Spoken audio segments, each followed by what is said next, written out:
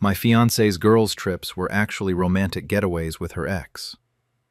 Found out my fiancée had been taking quarterly girls' trips with her best friend Sarah for the past 2 years, except Sarah had never gone on any of them. My fiancée was actually traveling with her ex-boyfriend to resort destinations while I stayed home planning our wedding. We've been together for 4 years, engaged for 1. Emma always talked about her girls' trips with Sarah, spa weekends, beach resorts, wine country. She'd show me photos of hotel rooms, scenic views, poolside cocktails. Always mentioned how Sarah was camera shy, which explained why no photos ever included her friend. Last month, I ran into Sarah at the grocery store, made small talk, mentioned how Emma was looking forward to their upcoming trip to Napa. Sarah looked confused. We haven't gone on a trip together in years. I've been pregnant with twins, can't travel. Everything clicked. Emma's quarterly trips weren't with Sarah. The photos were real. The companion wasn't. Checked Emma's location history on our shared phone plan. Every girls' trip destination matched reservations I found under her email, but booked for 2 adults, not girls' weekend. Hotel confirmations showed romantic packages, couples massage, champagne, king beds. Cross-referenced with her ex-boyfriend Marcus's social media. His travel photos matched Emma's timing perfectly. He'd been to every destination she claimed to visit with Sarah. Same hotels, same dates, same scenic views. For 2 years, Emma had been maintaining her relationship with Marcus while planning a wedding with me. 8 separate trips. 16 days she'd spent with him while telling me she was bonding with her best friend. Confronted her with evidence. She broke down immediately. Admitted everything.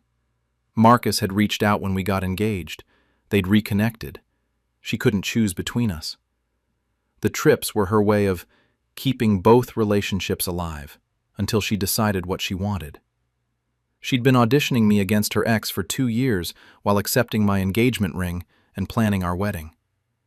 I called off the wedding. Told both families exactly why.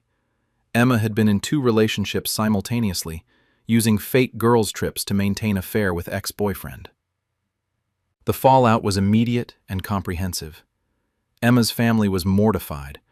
They'd helped plan wedding activities while she was secretly vacationing with another man. My family was furious on my behalf. Sarah was disgusted that Emma had used her as alibi for years. Emma tried damage control. She sent long messages claiming the trips weren't really cheating because she was trying to figure out her feelings.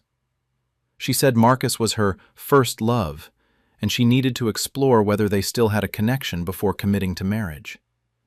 For 2 years, while wearing my ring, while planning our wedding, while I paid the deposit on our venue, I started untangling our lives. Canceled venue, photographer, caterer. Most vendors were sympathetic. Some even returned deposits when I explained the situation. The wedding was 3 months away. I'd been planning our future while she'd been planning which resort to visit next with Marcus. Then, I discovered something worse. Emma had been telling Marcus different stories about our relationship. I found messages where she'd claimed we were basically broken up and only together for convenience. She'd been lying to both of us, telling me Sarah was her travel companion, telling Marcus I was a placeholder relationship. Marcus had believed Emma and I were essentially over. When I contacted him, he was shocked to learn we were actually engaged with a wedding date. He'd thought their resort trips were legitimate new relationship activities, not affair escapades behind my back. He ended things with Emma immediately. Turned out he'd been ready to get serious with her, until he learned she'd been lying to him about me the entire time. Emma lost both relationships within a week. Her family was humiliated. Friends took sides. Most sided with me once they learned about the 2-year deception. She'd burned every bridge by trying to maintain 2 relationships simultaneously. The worst part was going through photos of us together during those 2 years. Dinners where she'd been planning her next trip with Marcus. Holiday celebrations sandwiched between romantic getaways with her ex. My birthday where she'd given me heartfelt card about our future, then left 3 days later for Cabo with him. I'd been building a future. She'd been keeping her options open. Sarah gave me screenshots of messages where Emma had discussed her trips, bragging about Marcus, talking about their amazing connection, questioning whether she should stay with me or leave for him. Sarah had told Emma repeatedly to break up with me if she wanted Marcus. Emma refused. She wanted both of us. 3 months after canceling the wedding, I'm rebuilding my life. The initial devastation has faded into anger, then acceptance. Emma's deception was comprehensive. Fake girls' trips, fabricated stories about Sarah, lies to both me and Marcus about her relationship status. Emma has tried multiple times to reconcile. She claims the trips didn't mean anything, and were just her working through unresolved feelings. She wants another chance to do things right this time. I blocked her everywhere. There's no coming back from 2 years of systematic deception. She didn't make one mistake. She made dozens of active choices to maintain dual relationships while planning a wedding with me. Marcus reached out to apologize. He genuinely believed Emma and I were separated. He felt terrible about being part of her deception, even unknowingly. We had one conversation where he confirmed everything: the romantic getaways, Emma's claims about me, her inability to choose between us. He said Emma had told him she was planning to break up with me multiple times, but never did. She'd string him along with promises of leaving me, then book another couple's trip for 3 months later. He'd finally realized she had no intention of choosing. She wanted both relationships indefinitely. The wedding would have been a disaster. Either Emma would have maintained the affair throughout our marriage, or she'd have eventually left me for Marcus. The discovery before the wedding was painful, but ultimately saved me from worse betrayal. I'm dating again, being honest with potential partners about what happened. My fiancé maintained a 2-year affair disguised as girls' trips. Most women are horrified on my behalf. One told me, "That's not just cheating, that's living a double life." Emma's social media is full of vague posts about learning from mistakes and personal growth. Her friends have stopped engaging. She burned her reputation by maintaining such elaborate deception. I still feel angry sometimes. 2 years I spent planning our future while she split her time between 2 relationships. 8 trips where I believed she was with Sarah while she was actually with Marcus. Hundreds of lies to maintain the facade. But mostly, I feel relieved. I discovered the truth before marriage, before children, before even more of my life was invested in someone who couldn't commit to one relationship. Emma wanted 2 men. She lost both. Marcus moved on immediately. I'm moving on slowly but surely. 2 years she maintained dual relationships. 8 romantic trips disguised as girls' weekends. 3 months before our wedding when everything unraveled. Numbers that tell the story of deception, discovery, and moving forward. Wedding canceled. Relationship ended. Life rebuilt without someone who needed backup options. Sarah is still apologizing for unknowingly being Emma's alibi. I told her it's not her fault. Emma manipulated everyone. Living honestly now. Dating people who don't need secret resort trips to figure things out. Emma's still trying to explain. I'm done listening. That's enough. My wife's affair partner showed up at our door asking for help. I, 34, married to Claire, 32, for 8 years. We have 2 kids, Mason, 6, and Lily, 4. I thought we had a solid marriage until 3 weeks ago when I found texts on her phone. She'd been seeing someone from her gym for 5 months, a guy named Derek. The discovery was accidental. Her phone buzzed on the kitchen counter while she was showering. I glanced over and saw, "Can't wait to see you tomorrow," with a heart emoji. My stomach dropped. I know I shouldn't have, but I opened it. There were hundreds of messages, plans to meet up, photos I won't describe here. She'd been lying about working late, about girls' nights, about everything. I confronted her that night. She broke down immediately, admitted everything, said it meant nothing, that she got caught up in the attention, that Derek made her feel young again. I asked if she wanted a divorce. She said no, begged me to go to counseling, said she'd do anything. I told her I needed time to think and moved into the guest room. For 2 weeks, we barely spoke. She gave me space, took care of the kids, tried to act normal. I was deciding whether to file for divorce or try to work through it.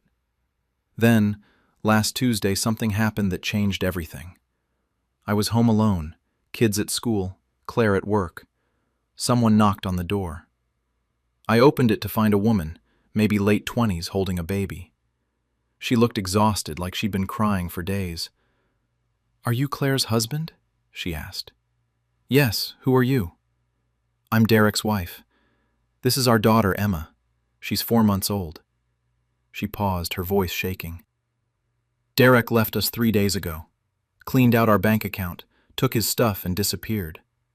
I found texts between him and your wife on an old phone he left behind. Did you know about them?" I let her in. We talked for an hour. Turns out Derek had done this before, twice. He targeted married women, had affairs, and when things got complicated, he vanished. His wife showed me everything. Police reports from previous states, messages where he discussed his system. Claire wasn't special to him. She was a mark. I called Claire at work, told her to come home immediately, that it was an emergency. When she walked in and saw Derek's wife sitting on our couch, holding that baby, the color drained from her face. "This is Amanda," I said calmly. "Derek's wife. He left her." Claire couldn't speak. Amanda stood up, surprisingly composed now. "I'm not here to cause problems," she said. "I just need to find him. He took everything. I can't feed my daughter." Claire stammered something about not knowing he was married, about him telling her he was divorced. Amanda laughed bitterly. "He told me he was working late when he was with you. We're both idiots, I guess." I expected to feel satisfaction watching Claire squirm, but instead I felt something else. Amanda wasn't my enemy. She was another victim. And that baby, innocent Emma, didn't deserve any of this. Over the next hour, Amanda explained everything. Derek had a pattern. He'd find women at gyms, coffee shops, anywhere really. He'd build relationships, sometimes short-term affairs, sometimes longer.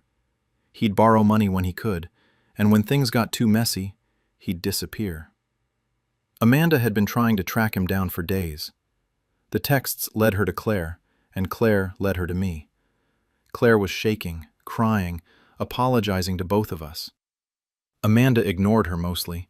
She was focused on finding Derek, on getting her money back, on survival. I made a decision then that surprised even myself. I told Amanda I'd help her. Not because I forgave Claire, not because I wanted to save my marriage, but because it felt like the right thing to do. Derek had screwed over both our families. He needed to face consequences. We filed a police report together. Amanda provided evidence of financial fraud. I provided Claire's phone records showing Derek's patterns. The detective said it might take time, but they'd look into it. Amanda thanked me before leaving, gave me her number in case anything came up. After she left, Claire and I sat in silence for what felt like hours. That was 5 days ago. The police found Derek yesterday in a motel 2 states over with another woman, already working his next con.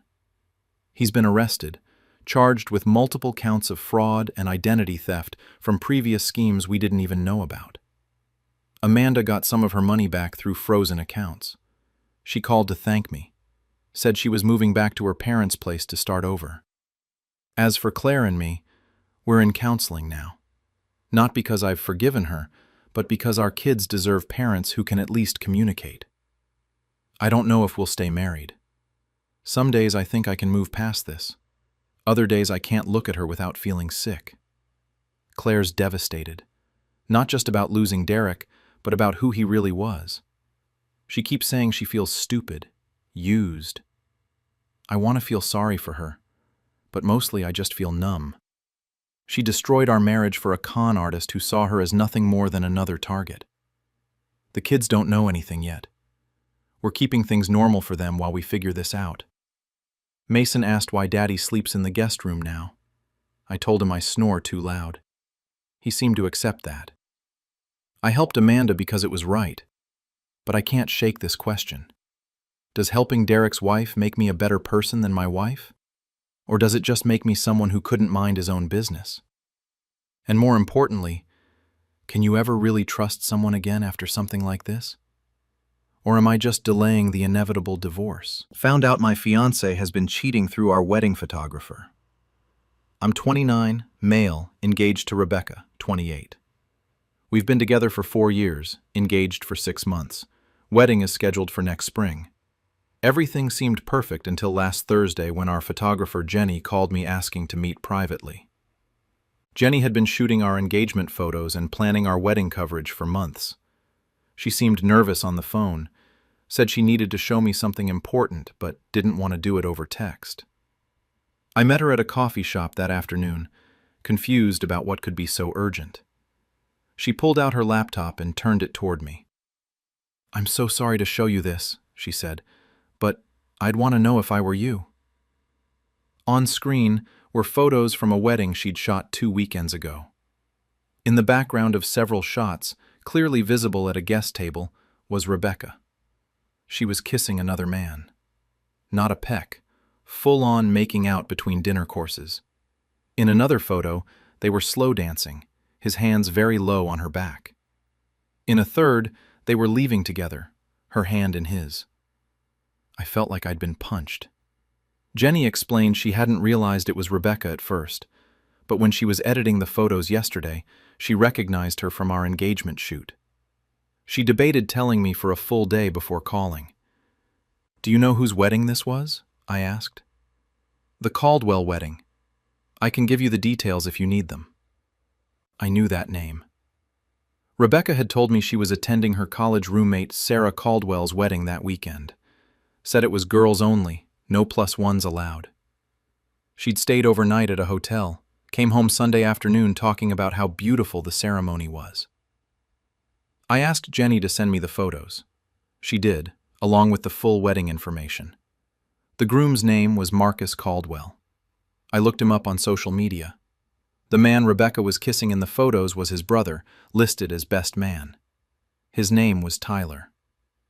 I thanked Jenny, paid for her coffee, and sat in my car for an hour trying to process everything. Then I drove to Rebecca's office. She worked until 6. I had time to plan. I didn't confront Rebecca immediately. Instead, I went home and started digging. I looked through her phone records online, our shared credit card statements, her social media. Once you know what to look for, the evidence becomes obvious. She'd been texting a number saved as Sarah C. constantly for 3 months, but Sarah's actual number was different, saved in her contacts too. I called the fake Sarah number from a burner app. Tyler answered. I hung up. The credit card showed hotel charges on nights she claimed to be working late or visiting her sister, restaurants in towns she had no reason to be in. A charge from a jewelry store 2 weeks ago for $400. I'd never received any jewelry. I found Tyler's social media. He was 31, worked in finance, lived 2 hours away. His Instagram had photos from the wedding. One showed him with Rebecca in the background, carefully cropped but visible if you knew to look. The caption was from 3 months ago. New chapter. Rebecca came home around 7. I was sitting at the kitchen table with my laptop open, the photos Jenny sent displayed on screen. "Hey babe, how was your day?" she asked, dropping her purse. "Come look at these wedding photos," I said calmly. She walked over, glanced at the screen, and froze. For a moment, neither of us moved. Then she grabbed for the laptop. I pulled it away. "Let me explain," she started. "How long?" "It's not what it looks like." "How long?" She sat down, tears already forming. 4 months, since Sarah's engagement party. I met Tyler there. It just happened. 4 months. A month before I proposed. I'd been planning the proposal for weeks, agonizing over making it perfect. She'd been sleeping with someone else. "Are you in love with him?" She didn't answer, which was answer enough. I stood up. "I'm staying at my brother's tonight. Don't call me. I'll figure out what to do about the wedding stuff later." "Please, we can work through this," she sobbed. I left without responding. That was 4 days ago. I've been at my brother's place since Thursday. Rebecca has called 47 times, sent over 100 texts, ranging from apologetic to angry to desperate. I've responded to exactly one. I need space. Yesterday I met with Tyler. I found his office address and showed up unannounced. He clearly wasn't expecting me. We talked in his car in the parking garage for 20 minutes. He didn't deny anything. Said he'd fallen for Rebecca hard, that she'd told him our relationship was basically over, that we were only still together because of the wedding deposits. He seemed genuinely shocked when I told him she'd said no such thing, that we'd been happy, that she'd never mentioned leaving me. "She told me you guys were roommates, basically," he said, "that you slept in separate rooms." We hadn't slept in separate rooms once in 4 years. Tyler looked sick. He asked if I was going to hit him. Honestly, I'd thought about it. But sitting there, looking at this guy who'd been lied to almost as much as I had, I just felt tired. "She played both of us," I said. He nodded slowly. "What are you going to do?" "Cancel a wedding, probably. You?" "I don't know. I really thought—" He trailed off. We exchanged numbers, not as friends, but as evidence. He sent me screenshots of their conversations, things Rebecca had told him about me, about our relationship, all lies designed to make him feel okay about being with someone else's fiancée. I called off the wedding this morning, sent a group text to everyone invited with a simple message. Due to unforeseen circumstances, Rebecca and I have decided not to get married. We apologize for any inconvenience. My phone has been exploding since. I haven't answered anyone except my immediate family. Rebecca showed up at my brother's apartment an hour ago. He didn't let her in. I don't know what happens next. Part of me wants to tell everyone exactly what she did. Part of me just wants to disappear and start over somewhere else. Tyler texted me earlier, asking if Rebecca had contacted me. Apparently she told him I'd been abusive, that she needed him now more than ever. He didn't believe her, but it shows she's already rewriting history. Can you ever really know someone? I thought I knew Rebecca completely. Turns out I didn't know her at all. My girlfriend's Fitbit data revealed she's been lying about where she spends her nights. I'm Marcus, 27, dating Vanessa, 26, for 3 years. We don't live together yet, but we're planning to move in next month. She stays at my place maybe 4 nights a week. I stay at hers occasionally. Pretty normal setup. We're both into fitness and got matching Fitbits last Christmas. We connected our accounts so we could do challenges together, compete on steps, that kind of thing. Last week I noticed something weird in the app. Vanessa's sleep data showed she went to bed at her place on Tuesday night at 11. But she'd told me she was sleeping at my apartment that night.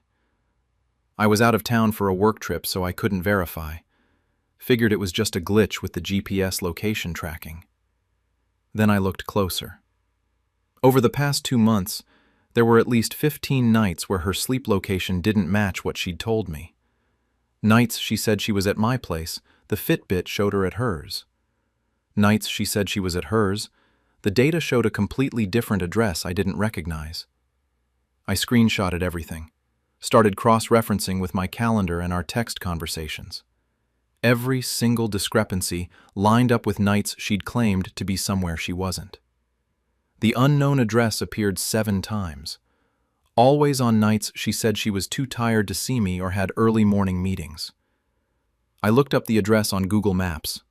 Nice apartment complex in the downtown area. More expensive than her current place. I sat with this information for 2 days, going back and forth on whether to confront her or investigate more. Friday night she came over, kissed me hello, asked about my day, completely normal. I decided to test her.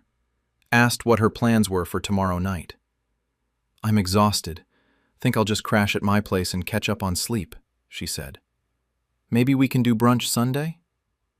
"Sounds good," I said, but I was already planning to check her Fitbit data tomorrow. Sure enough, Saturday night, her sleep tracking started at the unknown address. Went to bed at midnight, woke up at 8 Sunday morning. 7 hours of sleep at someone else's apartment, while telling me she was at home alone. I drove to the address Sunday morning. Sat in my car across the street like some kind of stalker. At 9:30, Vanessa walked out with a man. He kissed her goodbye at the entrance. Not a friendly peck, a real kiss. I didn't recognize him at first. Watched them talk for a few minutes, watched him head to the parking garage while she walked to her car. I took photos of everything. Then I followed her car back to her apartment and waited. She texted me around 10 asking if I wanted to grab that brunch.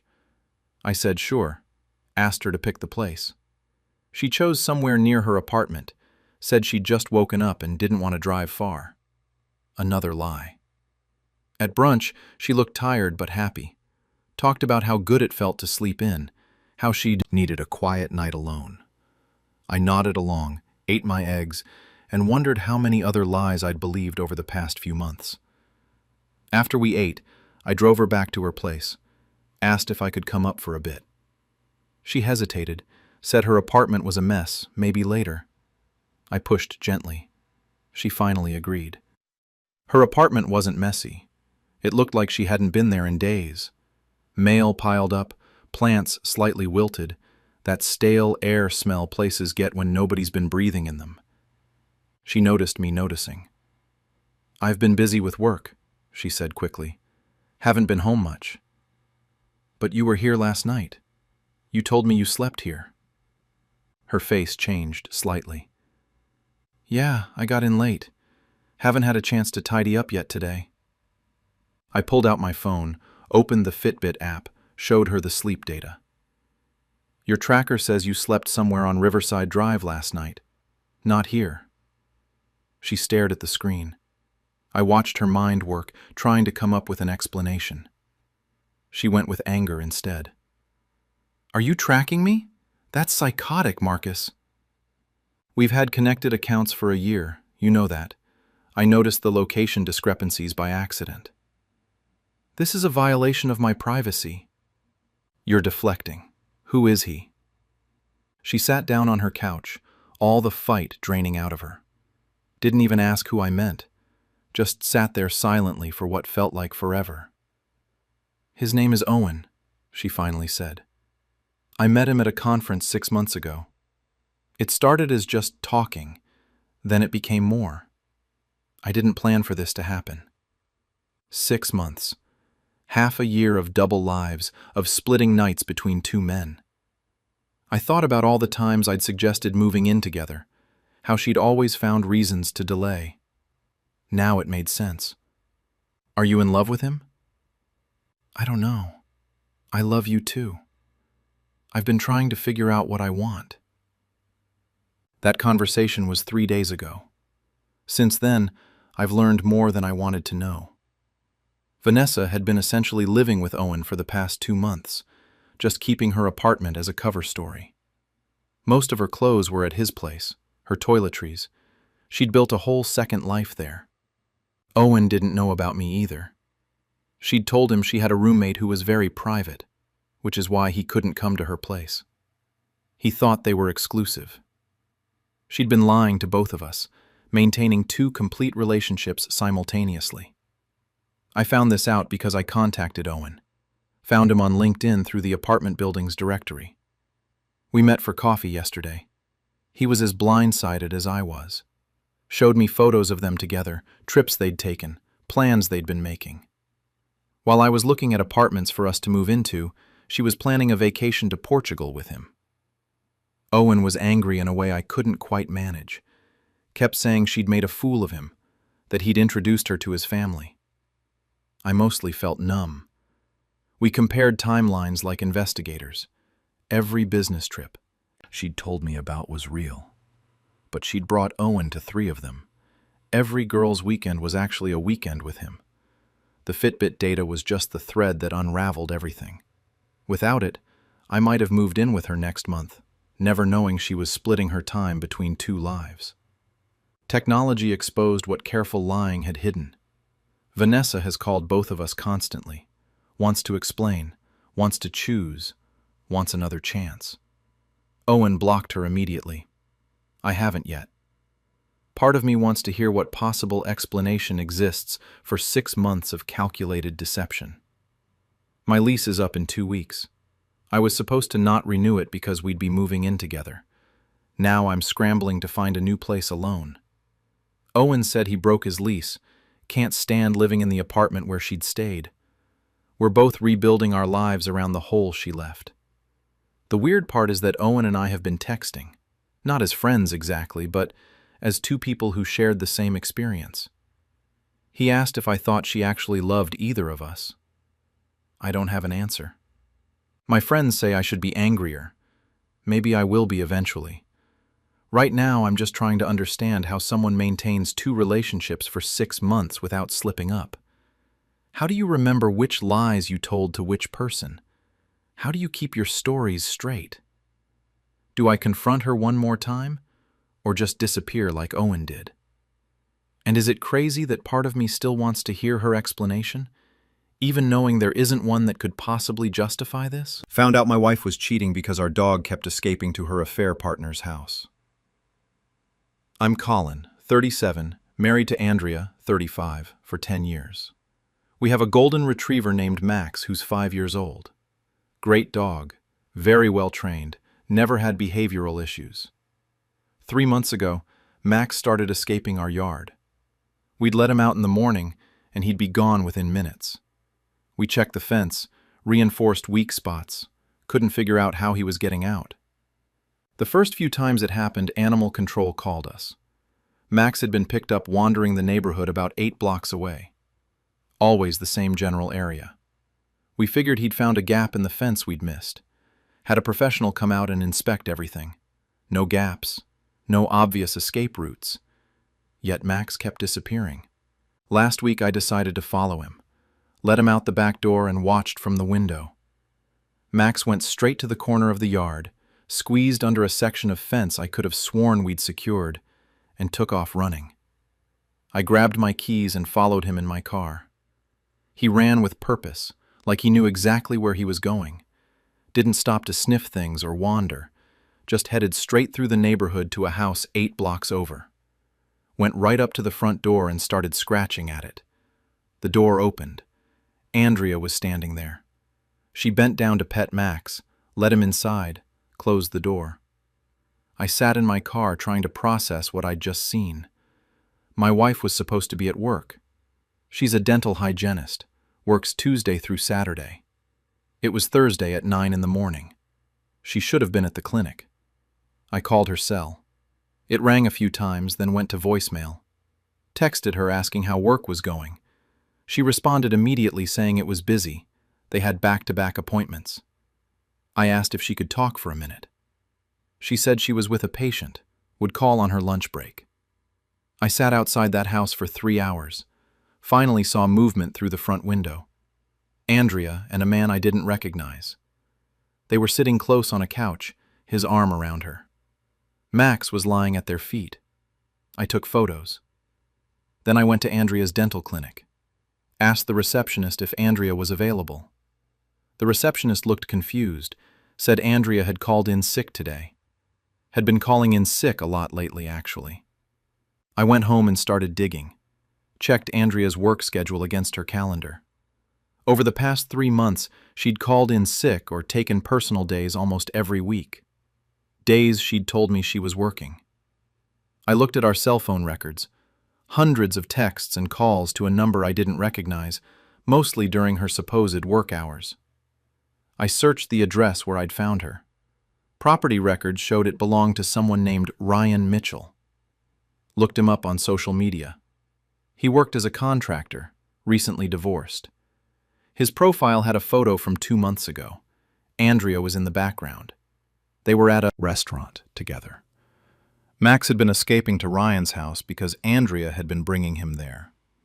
Our dog knew where she spent her days when she wasn't at work. He'd probably been going there to find her. I felt sick. Not just about the affair, but about the fact that our dog had been trying to tell me for months and I hadn't understood. Every time Max escaped, he was looking for Andrea. Animal control had been picking him up blocks from Ryan's house because that's where she was. When Andrea came home that evening around 6, acting like she'd worked a full day, I asked how her day went. She launched into a story about a difficult patient, a crown that wouldn't fit properly, typical work complaints. All lies. "How's Ryan?" I asked. Her face changed immediately. "Who?" I showed her the photos from that morning. Her at Ryan's door, her visible through his window, the property records, everything. She sat down heavily on the couch, didn't try to deny it or explain, just sat there staring at the floor while Max came over and put his head in her lap. Even after everything, our dog still loved her. "How long?" I asked. 4 months. I met him when he did the renovation on the clinic. It just happened. 4 months of lying about work. 4 months of spending her days at another man's house. 4 months of our dog trying to find her. "Did you ever think about what you were doing to us? To our marriage?" I thought about it every day. I just couldn't stop. I told her to pack a bag and leave. She tried to argue, but I wasn't interested in hearing it. She packed some clothes, tried to take Max. I said no. Max was staying with me. She cried, but left without him. Max has been depressed since she left. Sits by the door waiting for her. I haven't been letting him in the backyard alone because I know he'll just run to Ryan's house again looking for her. Andrea has been staying at Ryan's place. I know because Max escaped yesterday while I was bringing in groceries. I found him at Ryan's front door again. Andrea answered, looking surprised to see me. Ryan was behind her. We stared at each other for a long moment. "Your dog keeps showing up here," Ryan said. Not apologetic, just stating a fact. "My dog keeps looking for my wife. Can't imagine why she's at your house." Andrea tried to get me to come inside and talk. I took Max and left. When I got home, I called a divorce lawyer. Filed papers this morning. Andrea's been texting constantly, asking if we can work it out. I asked her if she planned to stop seeing Ryan. She didn't answer. The weird thing is, I'm more upset about Max than anything else. Our dog loved Andrea, trusted her, and she abandoned him for someone she'd known for 4 months. Max still goes to the back door and whines, wanting to go find her. I have to distract him with walks in a different direction. I told Andrea's parents what happened. They were shocked, said they'd noticed she seemed distant lately but assumed it was work stress. Her mom called asking me to reconsider divorce, saying Andrea made a mistake. Her dad was quieter, just said he was disappointed in his daughter. Ryan's ex-wife reached out to me through Facebook, said she'd heard what happened, that Ryan had cheated on her too during their marriage. She wasn't surprised he was now with someone else's wife. Said he had a pattern of pursuing unavailable women. Andrea wants to see Max. Said she misses him. I told her she should have thought about that before choosing Ryan over her family. She said I'm being cruel, using the dog as punishment. I'm not using him as anything. I'm protecting him from getting his hopes up every time she decides she misses playing house with us. My lawyer says the divorce should be straightforward. No kids, both our names on the house, but I can probably keep it. Andrea wants her half of everything. I told my lawyer to give her whatever she wants. I just want this over with. Friends keep asking if I'm okay. Honest answer is, I don't know. My wife spent 4 months lying to me while our dog literally tried to lead me to the truth. If I just followed Max sooner, I could have ended this months ago. Instead, I wasted time reinforcing fences, trying to keep him in when he was just trying to show me where Andrea really was. Max has started sleeping in bed with me at night, something Andrea never allowed. He presses against my side like he's trying to comfort me. Sometimes I think he understands more than anyone gives him credit for. Should I let Andrea see Max? Or is that just prolonging everyone's pain? And is it crazy that I trust my dog's judgment more than my own at this point? My husband's affair was exposed when his mistress showed up to my job interview. I'm Rachel, 32, married to Tom, 35, for 7 years. No kids, both career-focused. Tom's a senior manager at a tech company. I'm in marketing. Last month, I applied for a creative director position at a new startup downtown. Really excited about it. Felt like the perfect next step for my career. The interview was scheduled for last Thursday. 3 rounds, panel style. I did my research on the company, prepared my portfolio, rehearsed answers. When I walked into the conference room for the final round, I recognized one of the interviewers immediately. It was Melissa, a woman I'd met exactly once at Tom's company holiday party 2 years ago. She worked in a different department. We'd chatted briefly at the bar. I remembered her because Tom had been weirdly nervous when introducing us. She recognized me too. Her face went completely white when I sat down. The other 2 interviewers were the CEO and the head of HR. They started with standard questions about my experience and vision for the role. Melissa didn't say a word, just stared at me with this strange expression. About 20 minutes in, she interrupted the CEO mid-question. I need to excuse myself. I'm not feeling well. She practically ran out of the room. The CEO looked annoyed but continued the interview. I tried to focus, but something felt very wrong. I got a call that evening from an unknown number. It was Melissa. She was crying, asking if we could meet. Said she had something important to tell me about Tom. My stomach dropped immediately. I knew. Even before she said anything else, I just knew. We met at a coffee shop near my house. She looked like she'd been crying for hours. Told me she'd been seeing Tom for 18 months. That she had no idea I'd be interviewing for the position at her new company. That seeing me walk into that room made her realize she couldn't keep doing this anymore. 18 months. A year and a half. I tried to do the math in my head of what we'd been doing as a couple during that time. We'd gone on a trip to Hawaii for our anniversary, hosted Thanksgiving, celebrated his promotion, all while he was sleeping with someone else. Melissa showed me everything that night. Text messages going back over a year, photos of them together, hotel receipts, dinner receipts, concert tickets. They'd been on weekend trips together while Tom told me he was at work conferences. She'd been to our house multiple times when I was traveling for work, in our bed. The worst part was reading how he talked about me. He'd told her our marriage was dead, that we barely spoke anymore, that I was too focused on my career to care about him. None of that was true. We had date nights every week. We talked about everything, or at least I thought we did. Melissa said Tom had promised to leave me multiple times. First it was after the holidays, then after his promotion, then after my big project. At work, wrapped up. Always another excuse, another delay. She'd finally given him an ultimatum 2 months ago. Leave me by the end of summer, or she was done. That's why I'm at the startup now, she explained. I left Tom's company last month to get away from him. I couldn't work there anymore knowing he was never going to choose me. I asked her why she was telling me this now. She could have just walked away, let me remain ignorant. Because I saw you today and realized you're a real person, not the cold, career-obsessed wife Tom described. You were prepared, professional, passionate about the work. Everything he said about you was a lie. And I've been helping him lie to you for 18 months. I owed you the truth. We talked for 3 hours. She told me Tom had been texting her all evening, panicking that she'd told me. He'd figured out what happened when she left the interview. She showed me the messages. Don't do this. We can figure this out. I love you. Over and over. I went home around 10. Tom was pacing in the living room. He started talking as soon as I walked in.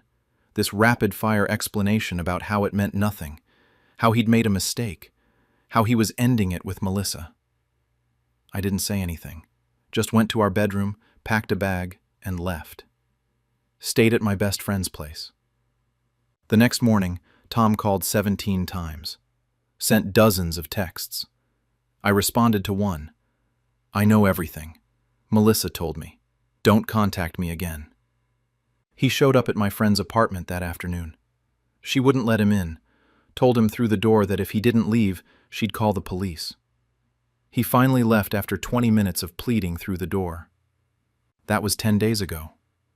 I'm staying with my friend while I figure out next steps. Filed for divorce on Monday. Tom's been splitting his time between apologizing and blaming Melissa for ruining everything. Apparently she blocked him on everything after telling me. The startup called yesterday. They want to offer me the position.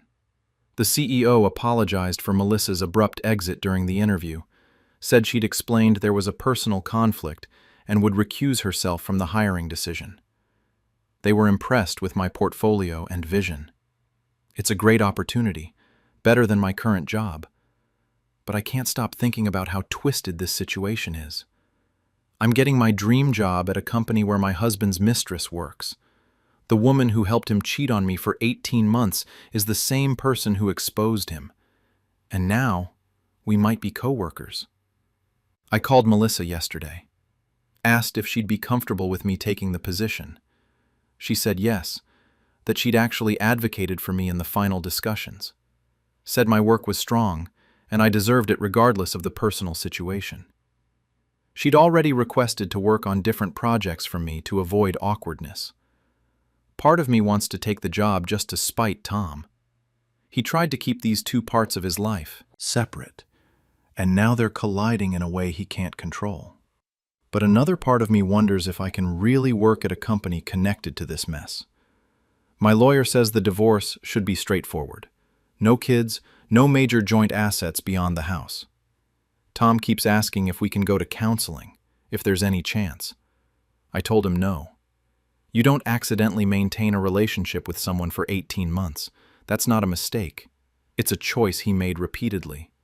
Melissa sent me a text this morning. Just said, "I'm sorry for my part in this. You didn't deserve it." I don't know how to respond.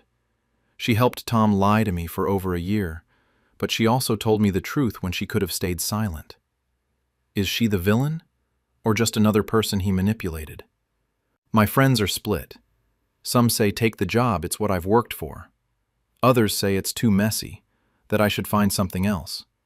Tom's family has been calling, saying I'm being too harsh, that everyone makes mistakes. His mother actually suggested I drove him to cheat by being too independent. I'm leaning toward taking the position, not for revenge, but because it's legitimately the best opportunity I've had in years. Tom doesn't get to ruin my career along with my marriage. And maybe there's something poetic about succeeding in a place connected to his biggest secret. But is that healthy? Or am I just being stubborn? Can I really walk into that office every day knowing Melissa is there? Knowing that space is connected to 18 months of lies? And what does it say about me that I'm even considering working with her after everything? Do I take the job, or walk away from this entire situation and start completely fresh somewhere else? Caught my wife cheating because she accidentally shared her location with our family group chat. I'm Daniel, 35, married to Amy, 34, for 9 years. We have twin boys, Ethan and Noah, who are 6. Normal family life, suburban house, both working full-time. Amy's a nurse with rotating shifts. I work in IT with a pretty standard 9-to-5 schedule. Her schedule means she's sometimes home during the day when I'm at work, sometimes working nights when I'm home with the kids. 2 weeks ago, Amy texted our family group chat that includes me, her parents, and my parents. She was supposed to be working a day shift at the hospital. The message said, "Running late, traffic is terrible." Normal enough. Except her location popped up in the chat. She'd accidentally shared it. The little pin on the map showed she was nowhere near the hospital. She was at a hotel about 40 minutes from our house. My dad responded first with, "Wrong chat?" Amy immediately unsent the message and her location, but I'd already screenshotted it. She called me 10 seconds later, laughing nervously, Said she'd meant to text her coworker about picking up an extra shift at a different location. Said that hospital sometimes contracts nurses to a sister facility nearby, and that's where she was heading. The explanation sounded rehearsed. I didn't push it then, just said okay and hung up. But something felt wrong. I logged into our phone account online and pulled her location history. Over the past 3 months, she'd been to that same hotel 11 times. Always on days she was supposedly working day shifts. Each visit lasted between 3 to 5 hours. I checked our credit card statements. No hotel charges. Whoever she was meeting was paying for the room. I looked at her text messages through our shared cloud backup. Nothing suspicious there, but I noticed she'd been deleting entire conversations with someone named Brian. I could see the contact existed because of group texts from work, but their one-on-one thread was always empty. Brian works with Amy. I'd met him at a hospital holiday party last year. Young guy, maybe late 20s, new to the staff. Amy had mentioned him a few times, always casually, always in groups of coworkers. I called in sick to work yesterday, told Amy I had a stomach bug. She left for her day shift around 7 in the morning, kissed me goodbye, told me to rest up.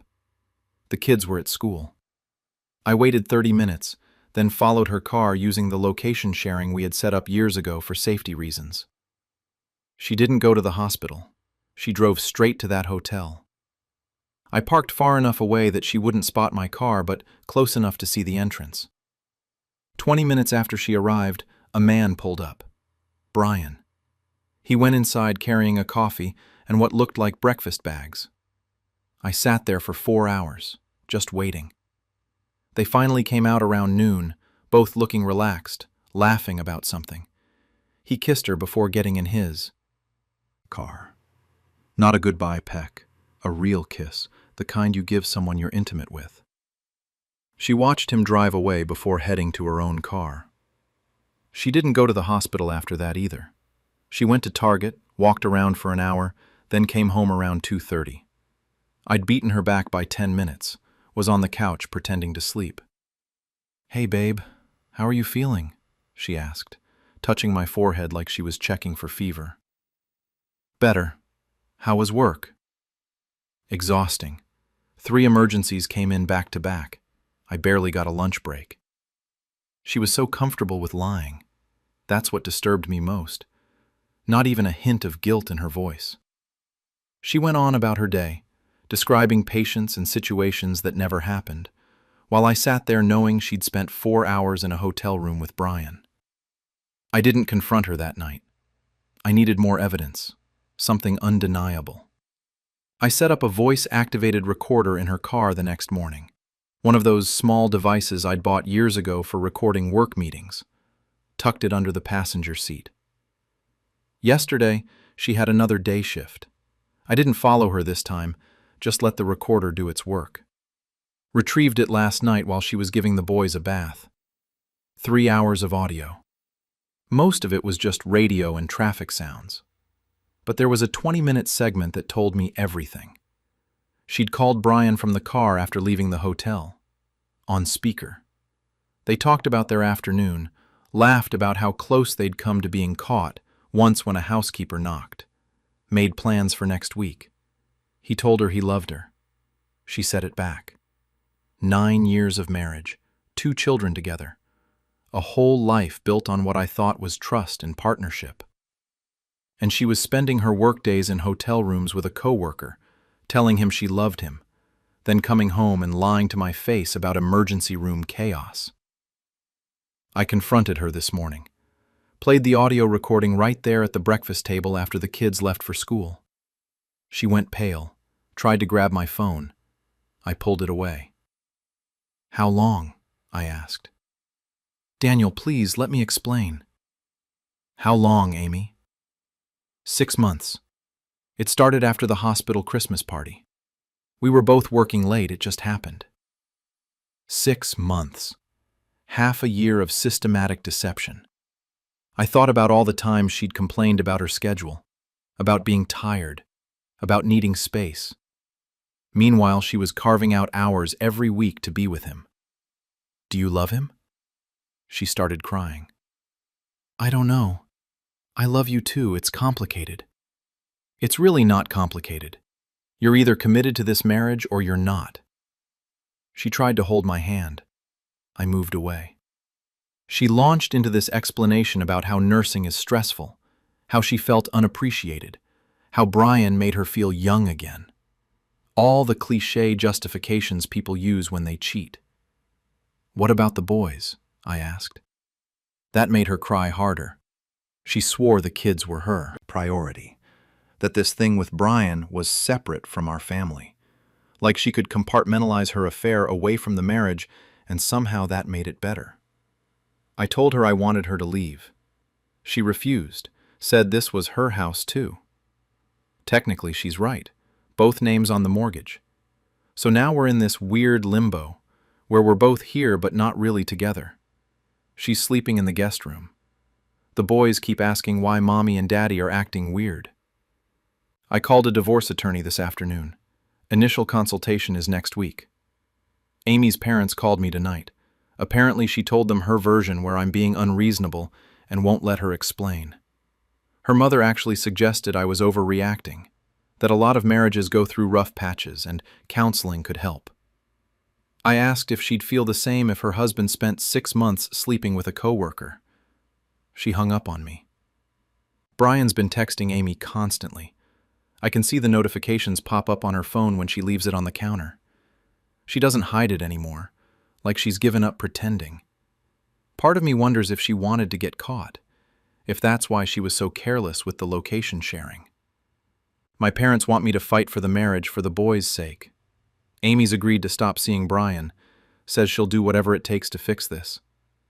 But I keep thinking about that phone call, about how easily she said she loved him, about 6 months of lies that she maintained without any apparent struggle.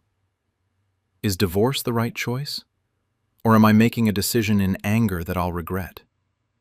And how do I explain to 6-year-olds why their family is falling apart without making their mother the villain? My girlfriend's affair came out when her smartwatch sent me a high heart rate alert. I'm Brandon, 33, dating Sophia, 31, for 6 years. We live together, been discussing marriage lately. Both of us are into fitness and health tracking. Sophia got a new smartwatch for her birthday last month, one of those high-end ones that monitors everything. She added me as her emergency contact and health partner, so I could get alerts if something went wrong with her vitals. 2 weeks ago, I got a notification on my phone around 2 in the afternoon. Sophia's heart rate had spiked to 160 BPM and stayed elevated for 40 minutes. The app labeled it as intense physical activity. I was concerned, texted her asking if she was okay. She didn't respond for an hour. When she finally did, she said she'd been fine, just did an intense workout at the gym during her lunch break. Made sense at the time. Sophia works from home most days but goes to the gym regularly. I didn't think much of it until 3 days later when I got another alert. Same thing, heart rate at 155 for 35 minutes, labeled as intense activity. This time at 11 in the morning on a Wednesday. I called her. She answered sounding slightly out of breath, said she was doing a HIIT class at the gym. I asked which gym because hers didn't offer morning classes on Wednesdays. She paused, then said she'd gone to a different location that had better hours. Something in her voice sounded off, but I let it go. The alerts kept coming. Over the next week and a half, I got 7 notifications about elevated heart rate during times Sophia said she was working or running errands, always lasting between 20 and 45 minutes, always labeled as physical activity by the watch algorithm. Yesterday, I got another alert at 1 in the afternoon, heart rate at 162. Instead of calling, I checked our shared location on Find My Friends. Sophia was at home. I was at my office downtown. According to her calendar, she had back-to-back video meetings all afternoon. I left work early, didn't tell her I was coming, got home around 2. Her car was in the driveway. I used my key quietly. Heard voices from upstairs. Her voice and a man's voice, music playing. I stood at the bottom of the stairs, listening to sounds I really didn't need confirmation of. Walked back outside, sat in my car and waited. Around 2:45, a man I'd never seen before came out the front door. 30s, fit, casual clothes. He got in a car parked down the street and drove away. I went back inside. Sophia was in the kitchen making tea, hair wet from a shower, looking relaxed. She smiled when she saw me, asked why I was home early. I asked who'd just left. The smile disappeared. "What are you talking about?" "The guy who walked out of our house 15 minutes ago." She tried to play confused, said I must have seen a neighbor. I showed her my phone, the Find My location showing her at home, the timestamp of my arrival, Heart rate alert from an hour ago. Watched her face cycle through panic, denial, then resignation. His name was Troy. They'd met at her gym 6 months ago. He was a trainer there. It started with workout advice, progressed to coffee, then to meeting at our house when I was at work. She'd been careful about when they met up, always scheduling it around my work schedule, always making sure I had meetings or obligations that would keep me away. 6 months? She nodded. I didn't plan for this. It just happened. I asked if she loved him. She said she didn't know. I asked if she wanted to be with him instead of me. She said she wanted both. She liked the stability and life we'd built together, but Troy made her feel excited, desired in a way she hadn't felt in years. Your smartwatch has been telling on you for weeks, I said. Every time you've been with him, I've gotten an alert about your heart rate. I thought you were working out. She looked horrified, grabbed her watch, looked at the settings like she could retroactively turn them off. I forgot about the health sharing. That was what got me. Not that she'd cheated, but that she'd forgotten she was connected to me. The affair was so consuming, she'd lost track of the digital trail she was leaving. Every intimate moment with Troy had been documented and sent to my phone as a health alert. I told her I was leaving. She begged me to stay, to talk it through. I packed a bag while she followed me around the house crying, kept saying it was a mistake, that she'd end it with Troy immediately, that we could fix this. I stopped at the bedroom door. You told me you loved me this morning. Were you planning to see him today, even then? Yes, she whispered. I left. Been staying at my buddy's place since yesterday. Sophia has called 50 times, sent dozens of texts. I've responded to exactly one. I'll come get the rest of my stuff this weekend when you're out. Troy contacted me last night, found me on social media somehow. Said he hadn't known Sophia and I were still together, that she'd told him we'd broken up months ago and were just roommates until the lease ended. He felt terrible, apologized repeatedly, said he never would have pursued her if he'd known the truth. I believed him. He seemed genuinely shocked. I sent him screenshots of Sophia's texts to me from the past few months. Love you messages, making dinner plans, talking about our future. He went quiet for a while, then responded that he was done with her too. Turns out Sophia had been telling us both different stories. Me, that she was working or at the gym. Him, that I was her ex, who she was stuck living with temporarily. She'd constructed this elaborate narrative where she could have both relationships without technically lying to either of us because we existed in separate contexts in her mind. My mom wants me to try couples therapy. Says 6 years is worth fighting for, that people make mistakes. But this wasn't a mistake. This was a calculated pattern of behavior over half a year. Every time Sophia scheduled time with Troy, she made sure I'd be gone. Every time she told me she loved me, she was already planning her next meetup with him. The smartwatch alerts haunt me. I can't stop thinking about all those notifications I received, marked as workout or exercise. My phone was literally tracking her affair, and I didn't realize it. The data doesn't lie. 7 alerts over 2 weeks, each one a window into what she was doing while I thought she was being healthy and productive. Sophia showed up at my friend's place this morning. I wouldn't let her in. She stood outside the door saying we needed to talk in person, that texts weren't enough for this conversation. I told her there was nothing left to say. She said she'd already blocked Troy, deleted his number, that she was ready to commit fully to us. "You were fully committed for 6 months," I said through the door. "Just not to me." She finally left after 20 minutes. My friend said she looked destroyed. Part of me feels bad. The other part remembers that heart rate alert from yesterday. Remembers coming home to find another man leaving our house. Remembers 6 months of lies. I'm supposed to pick up my remaining things tomorrow. Sophia texted saying she'll stay with a friend while I pack. Also said she's returning the smartwatch. Can't stand looking at it. I told her to keep it, that it's the most honest thing in our relationship. Friends are split on whether I should hear her out or just walk away completely. Some say everyone deserves a chance to explain. Others say 6 months of deliberate deception isn't something you explain away. I'm leaning toward the second group. Is it petty that I screenshot every heart rate alert and saved them?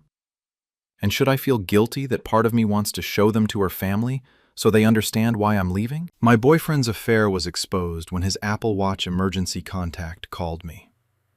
I'm Natalie, 29, dating Josh, 31, for 5 years.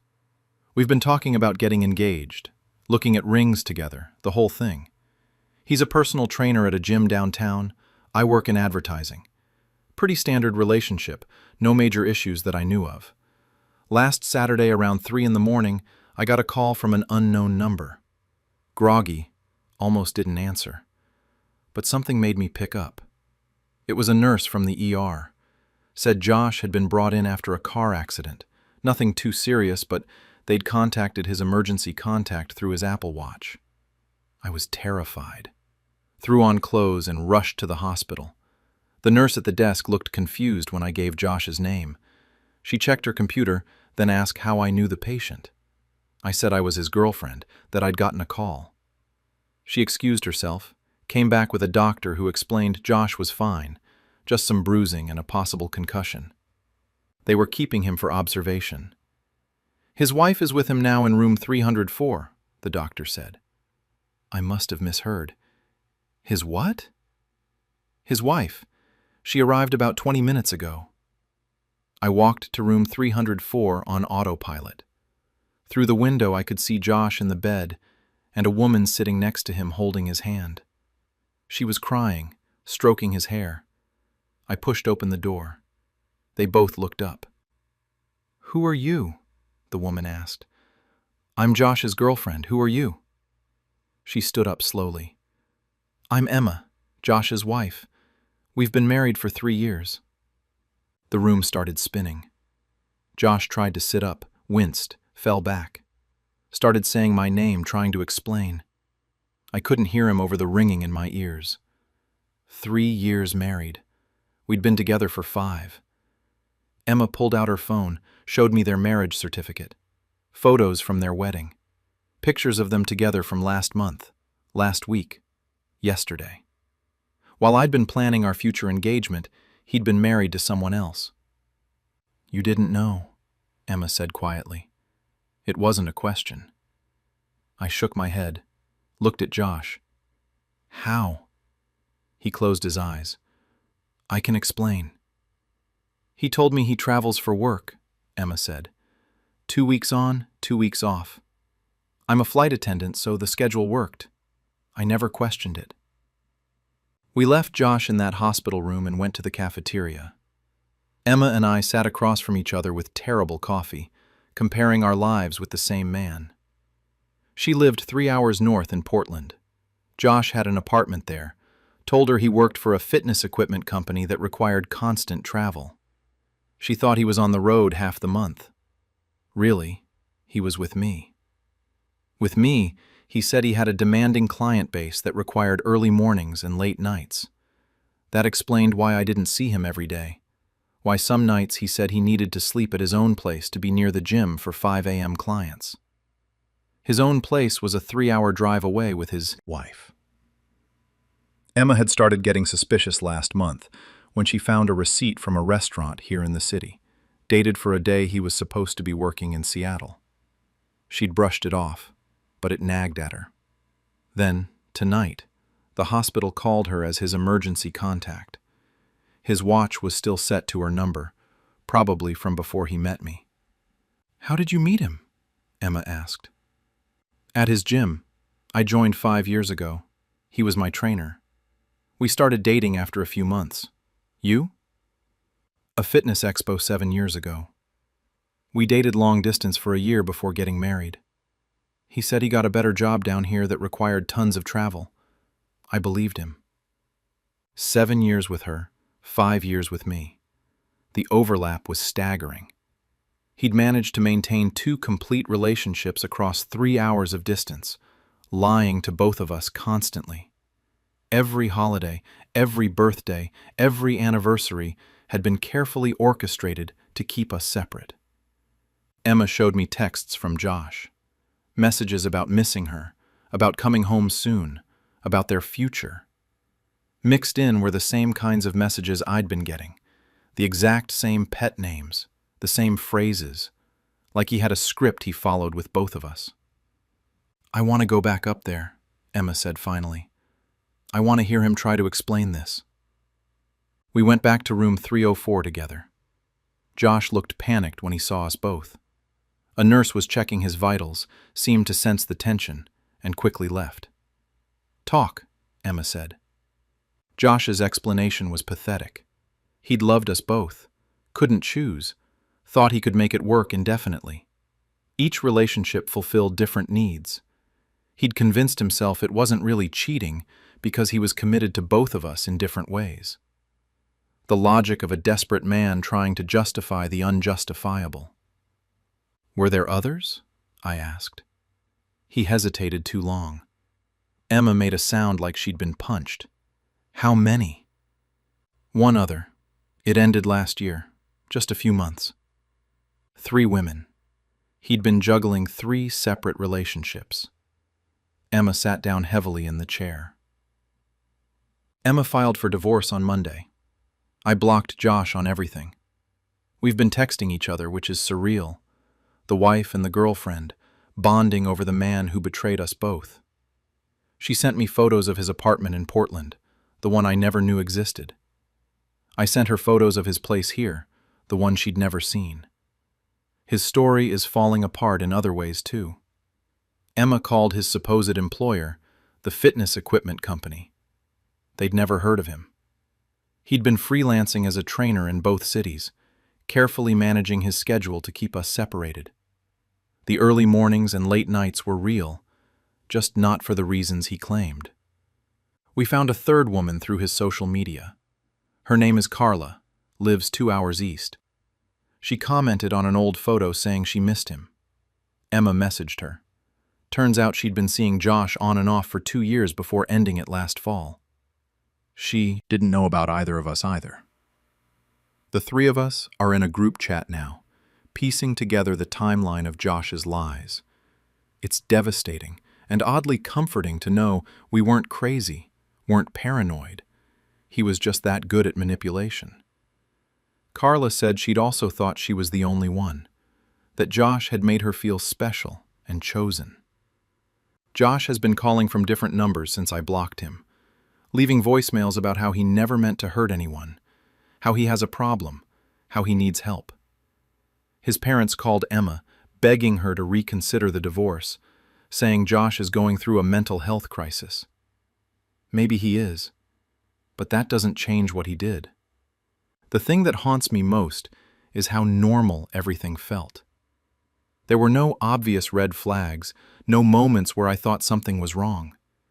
He was attentive when we were together, remembered important dates, made me feel loved. It was all real to me. But it was just 1/3 of his time and energy. Emma asked if I wanted to meet up in person, maybe grab dinner and process everything together. Part of me thinks that's weird, but another part recognizes that she's the only person who really understands what this feels like. We both built lives around a man who was living 3 lives at once. I keep wondering what would have happened if he hadn't gotten in that accident. Would we have found out eventually? Or would he have kept this going for years? Maybe forever. And how many other women might there be that we haven't found yet? Is it strange that I'm becoming friends with my ex's wife? And should I feel guilty that sometimes I'm more angry about being lied to than heartbroken about losing him? My boyfriend's gaming headset was still on when he thought I left for work.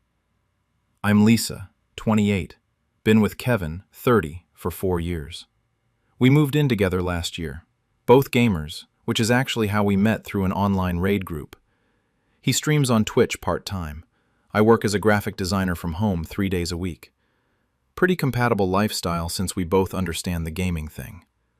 Last Tuesday, I had a morning client meeting that got canceled last minute. I'd already left the apartment, was halfway to the office when I got the email. Decided to just head back home and work from there instead. Didn't text Kevin because I figured he'd still be asleep. He usually sleeps until 10 on weekdays since he streams late. I got home around 8:30, used my key quietly because I didn't want to wake him. Heard his voice immediately from the bedroom. He was already up, on his computer. I was about to go in and say hi when I heard him laugh in that specific way he does when he's flirting. That stopped me. His gaming headset has this feature where if you flip the mic up, it mutes, but the audio still plays through the speakers instead of the headphones. He'd apparently flipped it up to grab coffee or something and forgotten. I could hear everything from the hallway. A woman's voice. I miss you. When can we actually meet up? Kevin. Soon, I promise. It's complicated with Lisa being home so much now. You said you'd break up with her after you moved out of your old place. That was a year ago. I know. I'm working on it. She's just really dependent on me. I don't want to hurt her. I stood in the hallway, listening to my boyfriend of 4 years tell another woman he was planning to leave me. They talked for maybe 10 more minutes, made plans to meet up this weekend while I was supposedly visiting my sister. Talked about how hard it was sneaking around. She called him baby. He called her gorgeous. I backed out of the apartment silently, closed the door without making a sound, went down to my car and just sat there shaking. Pulled out my phone and went through his Twitch account, something I rarely did because I trusted him. Found her in his recent chat logs. Username was Vixen Gaming. She was a regular in his streams, always donating, always in the chat. I'd seen her username before and never thought anything of it. Looked her up on social media through her Twitch profile. Her real name was Kendra. She lived 2 hours away. Her Instagram had a photo from 3 weeks ago at a gaming convention. Kevin had told me he went to that convention with his guy friends. In the background of one of her photos, I could see him. I didn't go back inside. Instead, I drove to a coffee shop and did something I'm not proud of. I created a fake Twitch account and started going through Kevin's old streams, specifically the ones where Vixen Gaming was active in chat. Once you know what to look for, it's obvious. Inside jokes, him reading her donations, with this specific tone. Times where he'd say he was taking a break and the chat would go quiet. Then both of them would come back online 20 minutes later. I went back further. Found streams from 8 months ago where their interaction was clearly flirtatious. This wasn't new. This had been building for almost a year, right under my nose, in public, in his chat where hundreds of people could see. I checked our shared calendar. Kevin had blocked off this Saturday and Sunday as Guys Gaming Marathon. I texted my sister asking if I could actually visit this weekend. She said sure. Then I texted Kevin saying my sister really needed me to come earlier. Could I head up there Friday night instead of Saturday morning? He responded immediately saying, that was fine. Have a good trip. He didn't even hesitate. Just gave himself more time with her. I spent the rest of Tuesday at the coffee shop planning. Looked up Kendra's location, her work, everything I could find. She worked at a tech startup, did customer service. Had a roommate based on her Instagram posts. No mention anywhere of Kevin or having a boyfriend. She was either keeping him secret too, or genuinely believed he was going to leave me. I went home that evening acting completely normal. Kevin was in the middle of a stream. I brought him dinner, kissed his head, waved at his camera. Vixen Gaming was in the chat. I watched her messages pop up, watched him respond to them while I was standing right there. That night in bed, he cuddled up to me, told me he loved me. I said it back automatically. He fell asleep within minutes. I stayed awake until 3 in the morning, staring at the ceiling, listening to him breathe, wondering how long he'd been planning to leave me, and why he hadn't just done it already. Thursday, I called in sick to work, waited for Kevin to start his stream, then I packed a bag like I was going to my sister's, made a big show of leaving, drove around the block and parked on the next street over. Walked back to our apartment building and waited in the lobby where I could see our front door, but he couldn't see me from the windows. Around 2 in the afternoon, someone buzzed our apartment. I watched from my hiding spot as Kevin came down and let in a woman. Kendra. She was prettier than her photos. They hugged in the lobby, and then he took her upstairs to our apartment. I waited 30 minutes, then I went up and used my key. They were on our couch, not doing anything R-rated, just sitting close, watching something on TV, her head on his shoulder. They both jumped when I walked in. Kevin's face went through about 5 different emotions in 2 seconds. "What are you doing here?" he stammered. "I live here. Who's this?" Kendra stood up, looking confused. "I'm Kendra, Kevin's girlfriend." "Funny, I'm Lisa, also Kevin's girlfriend." The look on her face would have been satisfying if I wasn't feeling sick. She turned to Kevin. "You said you broke up. You said you lived alone." Kevin tried to speak, but nothing came out, just opened and closed his mouth like a fish. I looked at Kendra. "How long have you been together?" 8 months. We met through his stream. He's been visiting me every few weeks. Those guys' gaming weekends, those conventions, those nights he said he was streaming at a friend's house because his internet was down.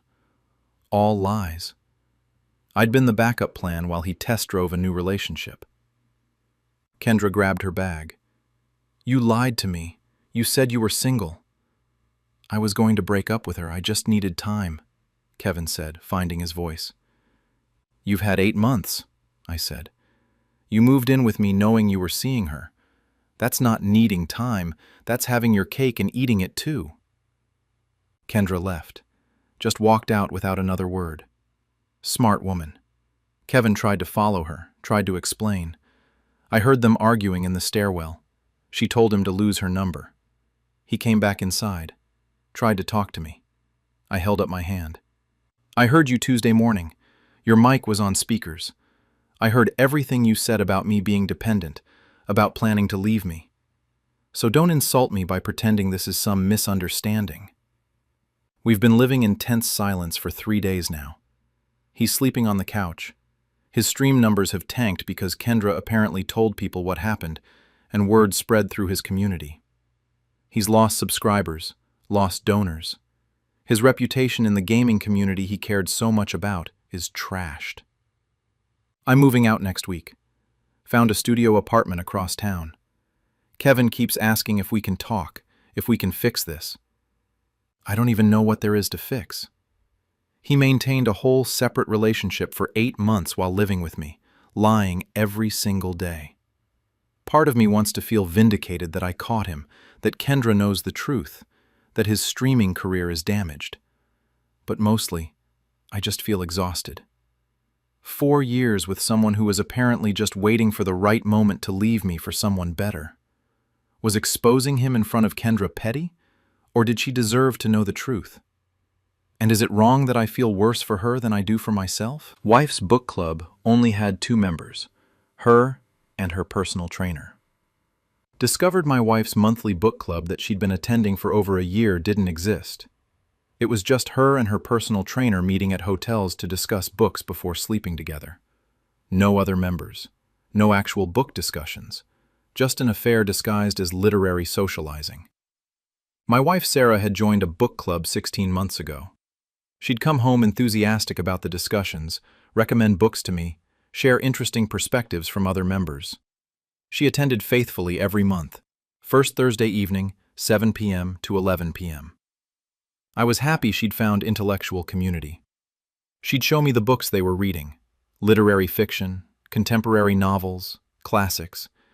She'd tell me about debates they'd had, different interpretations members offered, connections they'd drawn between texts. Then I ran into someone she'd mentioned as a book club member. Made conversation, mentioned how Sarah enjoyed their discussions. The woman looked confused. "I don't know anyone named Sarah. I've never been in a book club." I asked Sarah about it. She claimed I'd misremembered which friend was in the book club, gave me different names. I looked up those people. None of them knew about a book club with Sarah. Checked her calendar. Book club appeared every first Thursday. Checked her location history. Every book club night, she was at the Marriott downtown for exactly 4 hours. Confronted her with the evidence. She broke down. There was no book club, just her and her personal trainer, Kyle, meeting at a hotel once a month. They'd read the same book beforehand, discuss it briefly, then spend the rest of the evening together.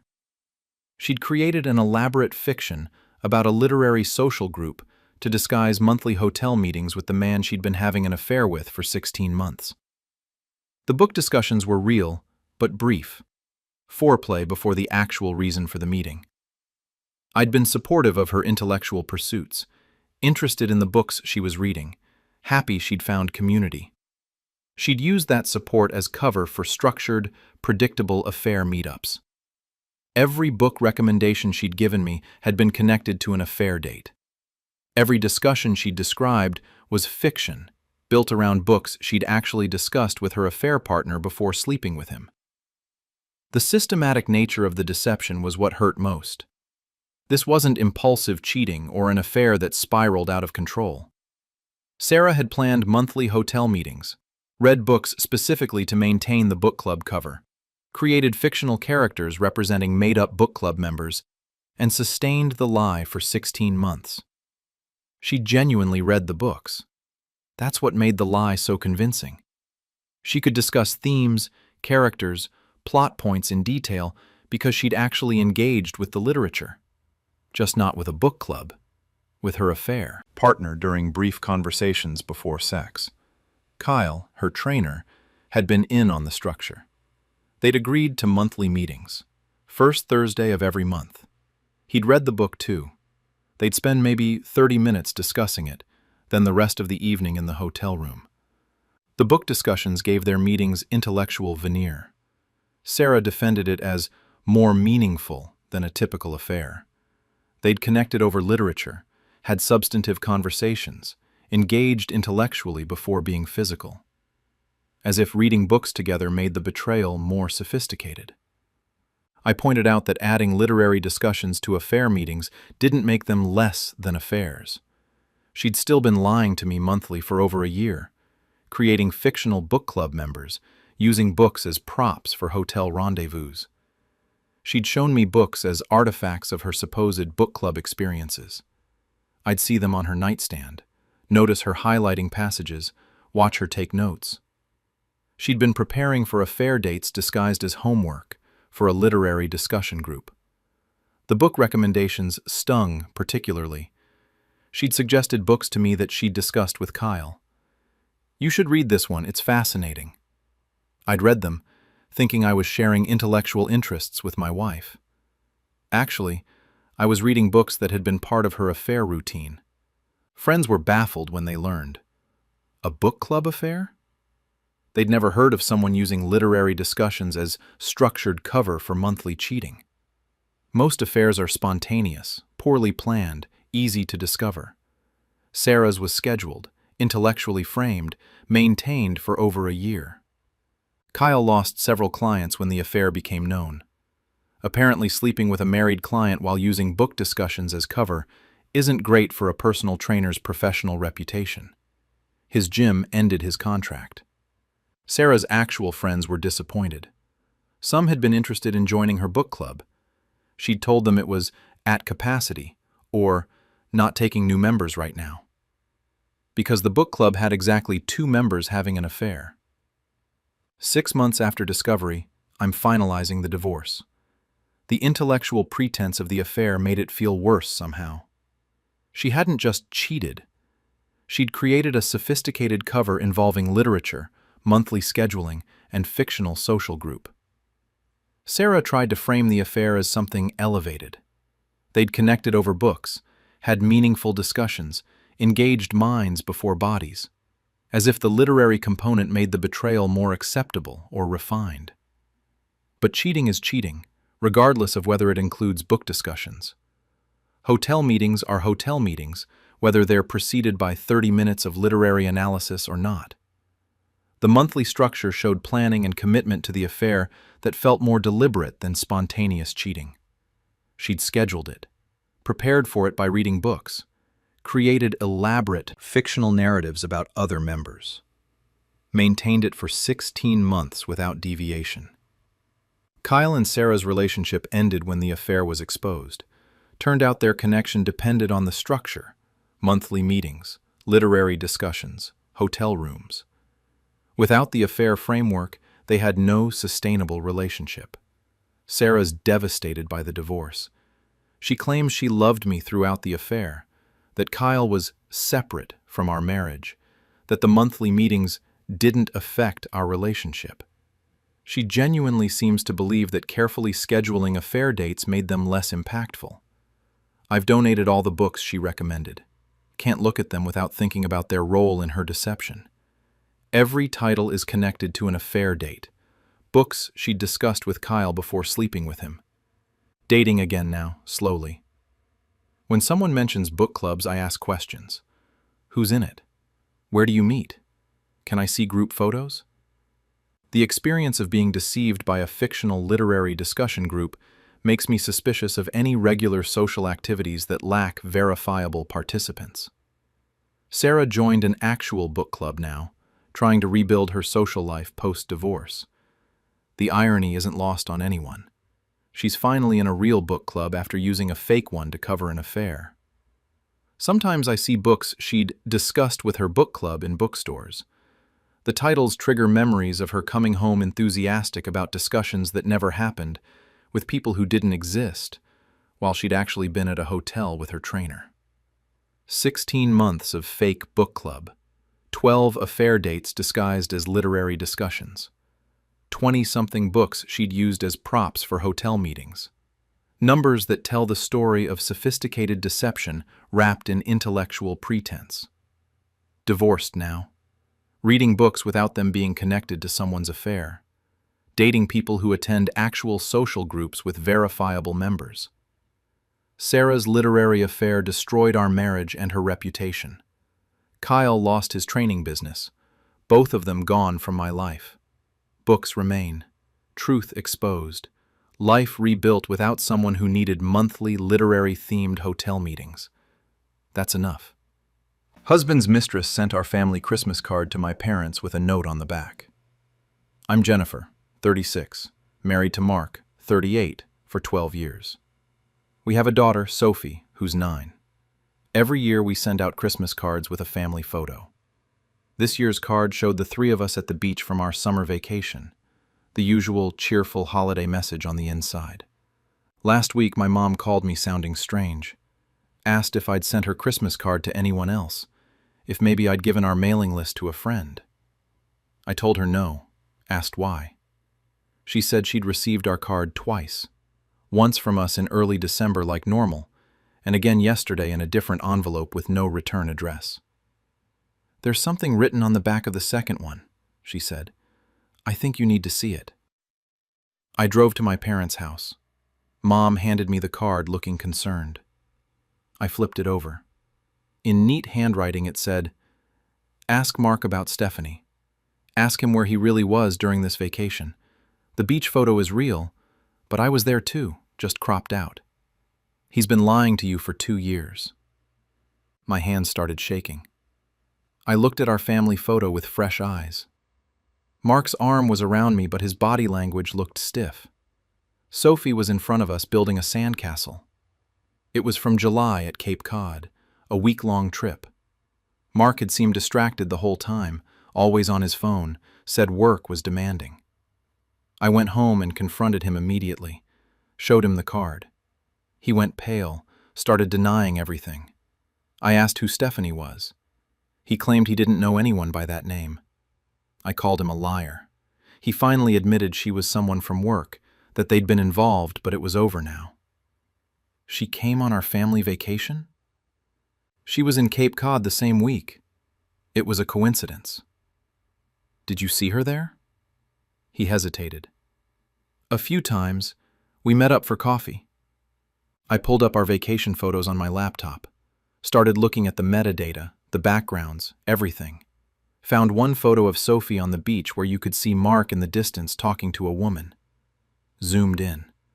They were standing close, intimate body language. That must be Stephanie.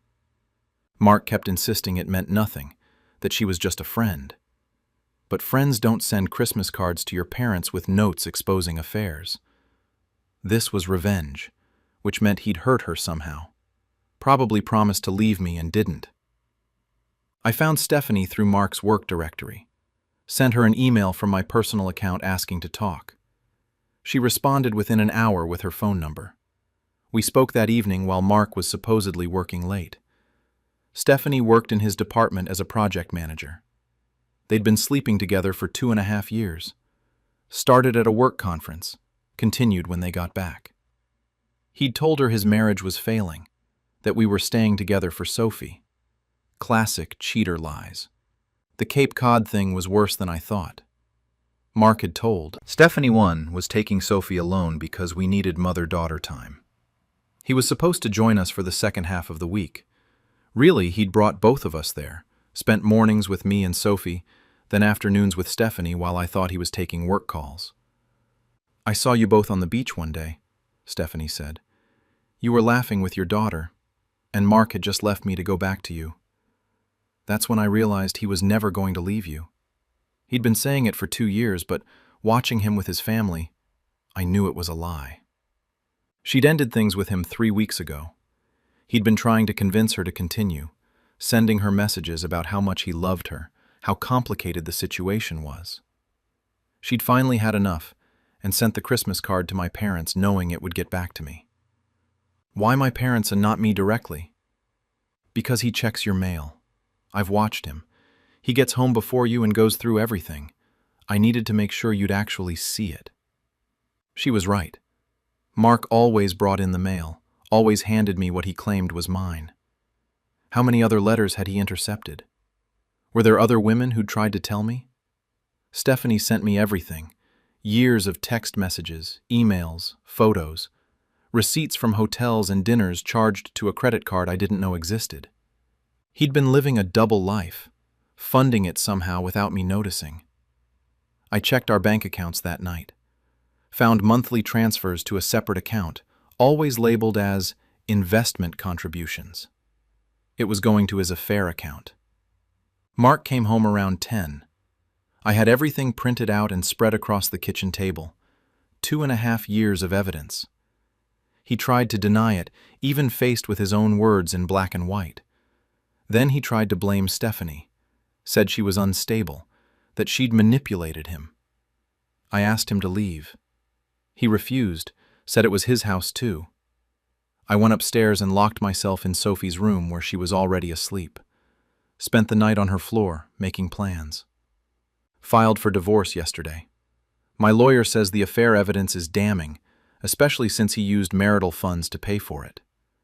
That secret credit card, those hotel rooms, all of it can be traced back to our joint accounts. He's been stealing from our family to finance a relationship with someone else.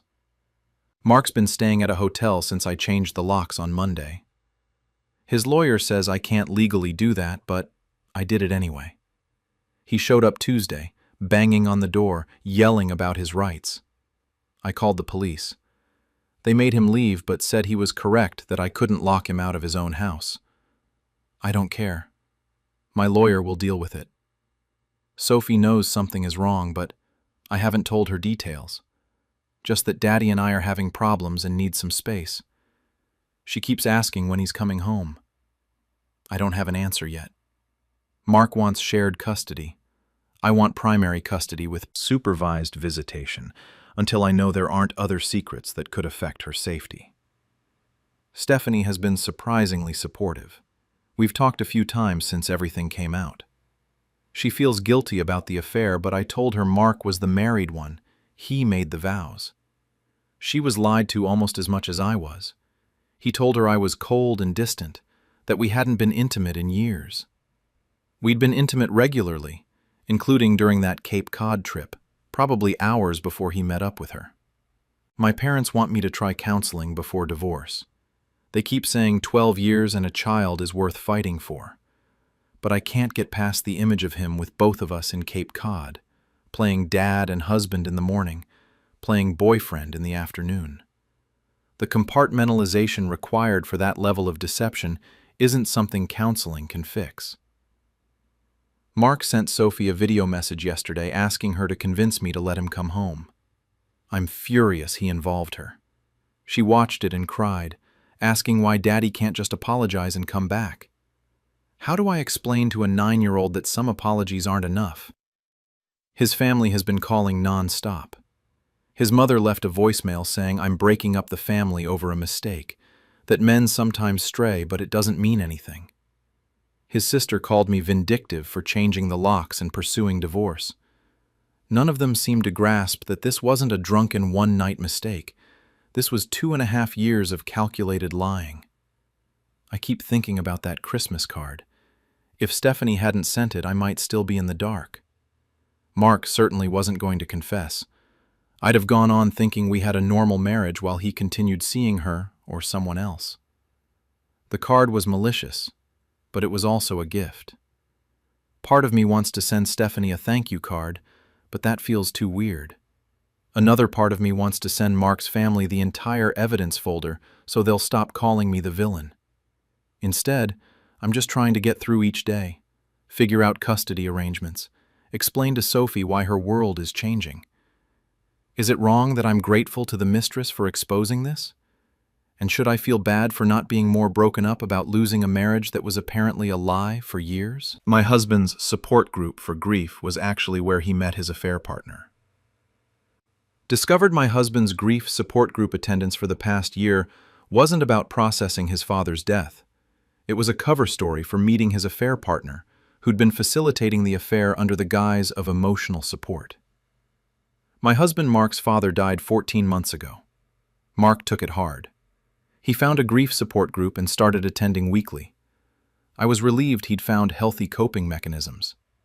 He'd come home from sessions emotionally drained, but said the group was helping him process his loss. I supported his healing journey. Never questioned the late meetings, the emotional exhaustion, the need for space after sessions. Grief is complex. I gave him room to heal. Then I ran into someone from his actual grief support group at the grocery store. She recognized me from Mark's stories and expressed sympathy for his loss. She mentioned how the group had ended 3 months ago after the facilitator left, and how she hoped Mark was still doing okay. The group had ended 3 months ago. Mark was still attending every Tuesday. I confronted Mark that evening, asked directly where he'd been on Tuesday nights since the group ended. He panicked, tried to maintain the story, then broke down and admitted everything. He'd met someone at the grief support group, another attendee named Claire who'd lost her mother. They'd connected over shared loss. After the group officially ended, they'd started meeting privately on Tuesday nights, initially to continue supporting each other through grief. Those private sessions evolved into an affair. They'd meet at her apartment. For 3 months, Mark had been using grief support group as cover for seeing his affair partner. The emotional exhaustion when he came home wasn't from processing his father's death. It was from maintaining an affair. The cruelest part was how he'd weaponized his grief. I'd been supportive, understanding, giving him space to heal. He'd used my compassion as cover for infidelity. Every time I'd asked how the session went, he'd described fake group discussions about loss and healing while he'd actually been sleeping with Claire. His father's death had become an excuse for betrayal. My support for his grieving process had enabled an affair disguised as emotional recovery. The full extent of the deception was staggering. Mark had been attending the legitimate grief support group for 6 months before it ended. He'd genuinely connected with Claire over their mutual losses. But when the group ended, instead of ending their connection, They'd agreed to continue meeting for support. Those continuation meetings had quickly become emotional affairs, then physical. For 3 months, Mark maintained the fiction of ongoing grief group attendance while conducting an affair with a woman he'd met while mourning his father. I contacted the original group facilitator to verify the timeline. She confirmed the group had ended 3 months prior and seemed disturbed when I explained why I was asking. She said using grief support as cover for an affair was a profound betrayal of the therapeutic process. Mark tried to frame it as two grieving people finding comfort in each other. I pointed out that comfort and affairs are different things, and lying about attending a grief group to hide an affair is calculated deception, not accidental emotional connection. He'd prepared elaborate fake stories about each session. He'd describe grief topics the group supposedly discussed, share fabricated advice from the facilitator, mention made-up progress other members were making. He'd created a fictional, ongoing support group as an alibi. I'd been emotionally supportive during these debriefings, asking thoughtful questions about his healing, encouraging his vulnerability, praising his commitment to processing grief. Every supportive comment I'd made had been based on lies. He'd been describing affair dates as grief sessions while I validated his healing journey. Claire knew about me. Mark had told her he was married. She'd proceeded with the affair anyway. When I contacted her, she claimed she'd thought our marriage was essentially over because Mark was so emotionally unavailable at home. She'd believed she was helping him heal from both his father's death and his dying marriage. Our marriage wasn't dying. It was normal. I was giving him space to grieve, which he'd interpreted as emotional distance and used to justify an affair with someone who'd convinced herself she was rescuing him. Mark's family was devastated. His mother felt particularly betrayed. He'd used his father's death as cover for infidelity.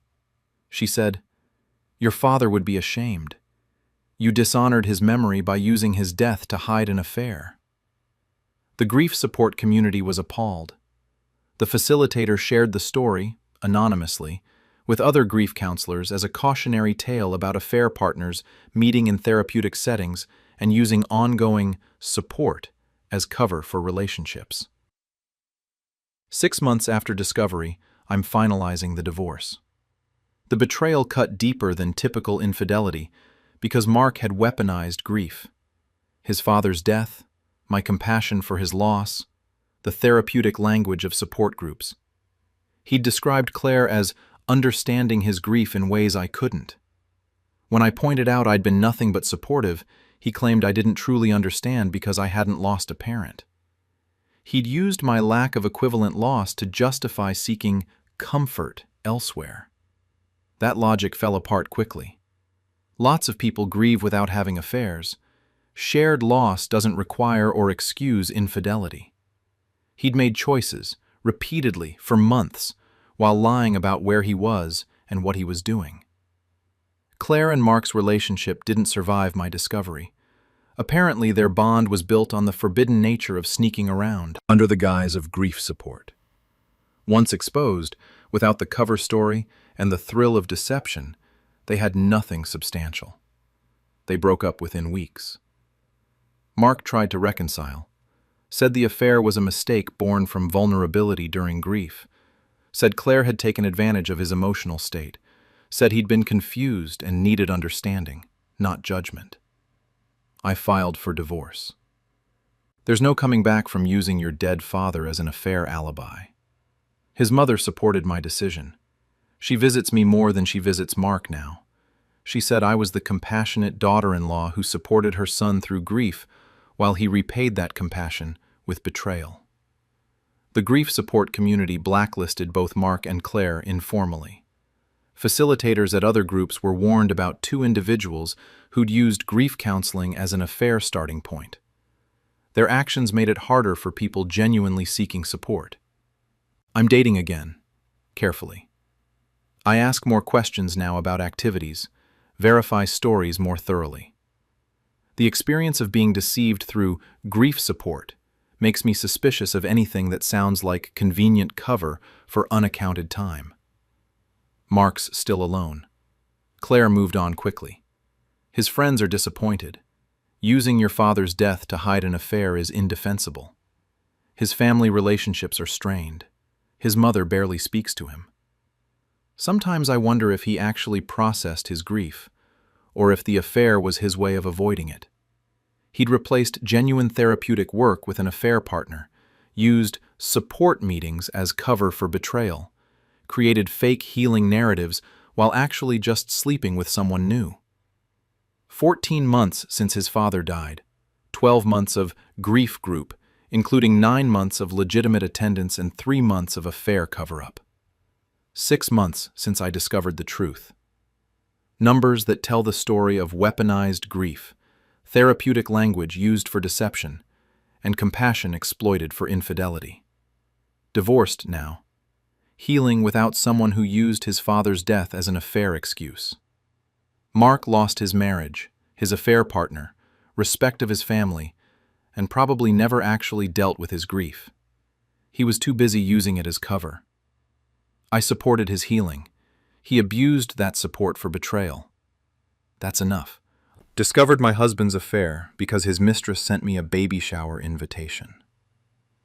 I'm Sarah, 31, married to James, 33, for 5 years. No kids yet, been trying for 2 years with no success. It's been a strain on us. Lots of doctor appointments, fertility treatments, the whole nightmare. Last month, an envelope arrived addressed to me at our house. Pink, fancy calligraphy. I figured it was wedding-related since half our friends are getting married lately. I opened it. Baby shower invitation. For someone named Monica Chen.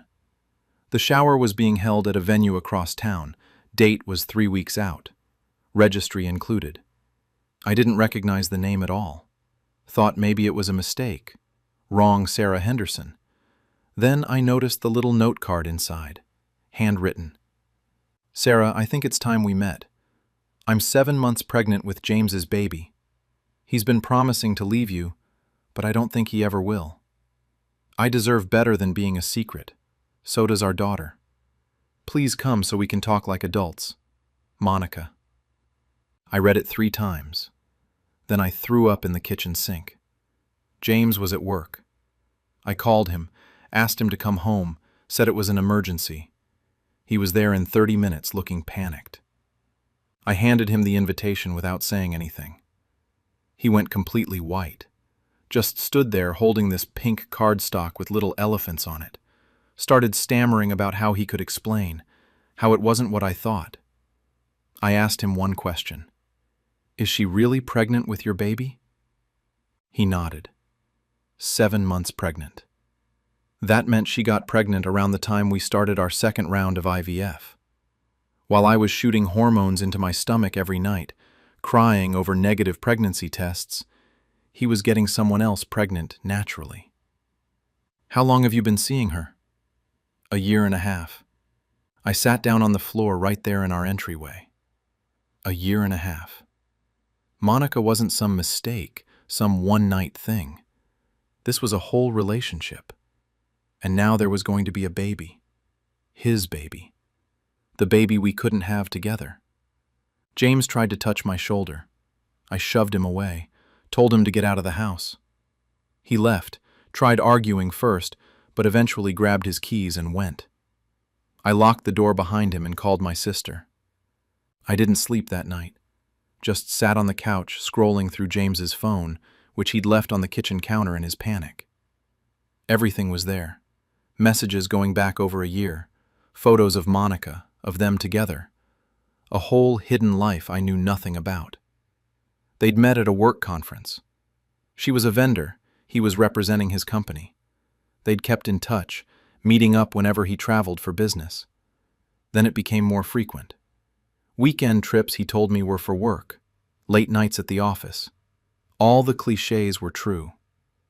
The worst part was reading how he talked about me. Sarah's obsessed with getting pregnant. That's all she cares about anymore. She's always tired from the treatments. I feel like a sperm donor, not a husband. He painted me as this desperate, one-dimensional person. Never mentioned that the fertility issues were male factor, his low count, that I was doing all this for us, for him. Monica knew he was married. The messages made that clear. She'd been patient at first, understanding. But around month 5 of her pregnancy, things changed. She started pushing for him to leave me. He kept making excuses. Not the right time. Sarah's fragile right now. I need to wait until after the holidays. Classic stalling. So Monica sent the invitation, her way of forcing his hand. My sister Julie arrived around midnight. She read everything with me. We found receipts for an apartment he'd been renting for Monica for the past 4 months. A whole second life, fully funded by our joint accounts. Thousands of dollars I thought were going toward legitimate expenses. "Are you going to the shower?" Julie asked. "I don't know. Part of me wants to show up and expose him in front of everyone." "Who else is invited?" I looked at the guest list Monica had thoughtfully included. 20 names. I didn't recognize any of them. These were her friends, her family, people who probably knew about James, maybe even met him. I'd be walking into hostile territory. James tried calling 17 times that night, sent texts ranging from apologetic to defensive. "You're never home anyway. We've grown apart." I was lonely. Everything except actual accountability. Around 3 in the morning, I made a decision. I was going to that baby shower. The shower was yesterday afternoon. I dressed carefully, business casual, wanted to look put together. Julie came with me for moral support. We showed up exactly on time. Monica looked shocked when I walked in. She was obviously pregnant, glowing even, wearing a white dress that showed off her belly. For a second we just stared at each other. Then she recovered, introduced herself properly, led me to a quiet corner while her guests watched with obvious curiosity. "I wasn't sure you'd actually come," she said. "Well, here I am. Congratulations on your pregnancy." She looked uncertain, like she'd expected me to make a scene. "Thank you. Look, I know this is awkward." "Awkward doesn't begin to cover it, Monica. You're having my husband's baby." Soon-to-be ex-husband, right? That's what James said, that you two were getting divorced. I laughed. Couldn't help it. James has been lying to both of us. He never mentioned divorce to me. In fact, we just renewed our lease on our house last month. Joint lease. He signed it 2 weeks ago. Her face changed. "He told me you knew about me, that you were working out the details. I found out from your invitation. That was the first I'd heard of you or the baby." We talked for 20 minutes, compared timelines, stories, promises. James had been playing us both, telling her he was leaving me while signing legal documents tying us together, telling me he was working late while setting up a nursery in her apartment. Monica started crying. "I'm having his baby. I thought we were building a life together." I felt bad for her then, which surprised me. She'd slept with a married man, yes, but James had clearly manipulated the situation from every angle. She wasn't blameless, but she wasn't the villain either. Her mother came over, protective, asked if everything was okay. Monica introduced me as James's wife. The room went silent. Turns out most of the guests didn't know he was married. They thought I was an ex-girlfriend at most. I stayed for another hour. Didn't make a scene, didn't yell, just existed in that space, making everyone uncomfortable with my presence. James called me twice during the shower. I declined both calls. When I left, Monica walked me out. "What are you going to do?" she asked. "Divorce him. You?" "I don't know. I'm 7 months pregnant. I can't exactly change course now." We exchanged numbers. Not as friends, but as two people connected by one man's choices. I told her to contact me if James tried to spin any more lies. James was waiting at the house when I got home. We're meeting with a divorce lawyer on Wednesday. He keeps asking if we can work through this. I keep asking if he's planning to be in his daughter's life. He doesn't answer. So, here I am, about to be divorced with no kids, while my husband's mistress raises his child. Sometimes I wonder if I should have just never opened that invitation. But then I remember all those nights I blamed myself for our fertility issues, all that money spent on treatments, all while he was building a secret family. Maybe Monica did me a favor. Is it wrong that I'm not even angry anymore? Just tired and relieved that at least now I know the truth? My fiancé's bachelorette party photos were accidentally posted to our shared cloud album. I'm Tyler, 30, engaged to Hannah, 28. Wedding is in 6 weeks. Everything's been planned for months, deposits paid, invitations sent. Hannah's bachelorette party was last weekend in Vegas. My bachelor party is next month. Pretty standard setup. We have a shared iCloud account for photos, been adding wedding planning stuff there for months so both our families can see. Sunday night, I got a notification that new photos were added to our shared album. Figured it was Hannah uploading some fun bachelorette shots for everyone to see. Opened it up to look. First few photos were normal. Hannah and her friends at dinner, by the pool, typical Vegas stuff. Then the photos got weird. Hannah at a nightclub with her arms around some guy. Another photo of them dancing, his hands on her waist. Then one of them kissing. Full-on kissing, not some random drunk peck. Multiple photos of them together throughout the night at different locations. The last photo was time-stamped at 4 in the morning, showed them in what was clearly a hotel hallway, her keycard in hand. I sat there staring at my phone in disbelief. These were in our shared album that her mom, my mom, our siblings, all our wedding party could see. I checked who'd viewed them. Just me so far. The photos had only been uploaded 10 minutes ago. My phone rang. Hannah. She was screaming before I even said hello. "Delete those photos right now. That wasn't supposed to go to the shared album. Who is he? Tyler, please, just delete them before anyone else sees. Who is he, Hannah?" She started crying. Said his name was Derek, that she'd met him at the club Saturday night. They danced. Things got out of hand. She'd made a terrible mistake. Swore it was just that one night, that she was drunk, that it meant nothing.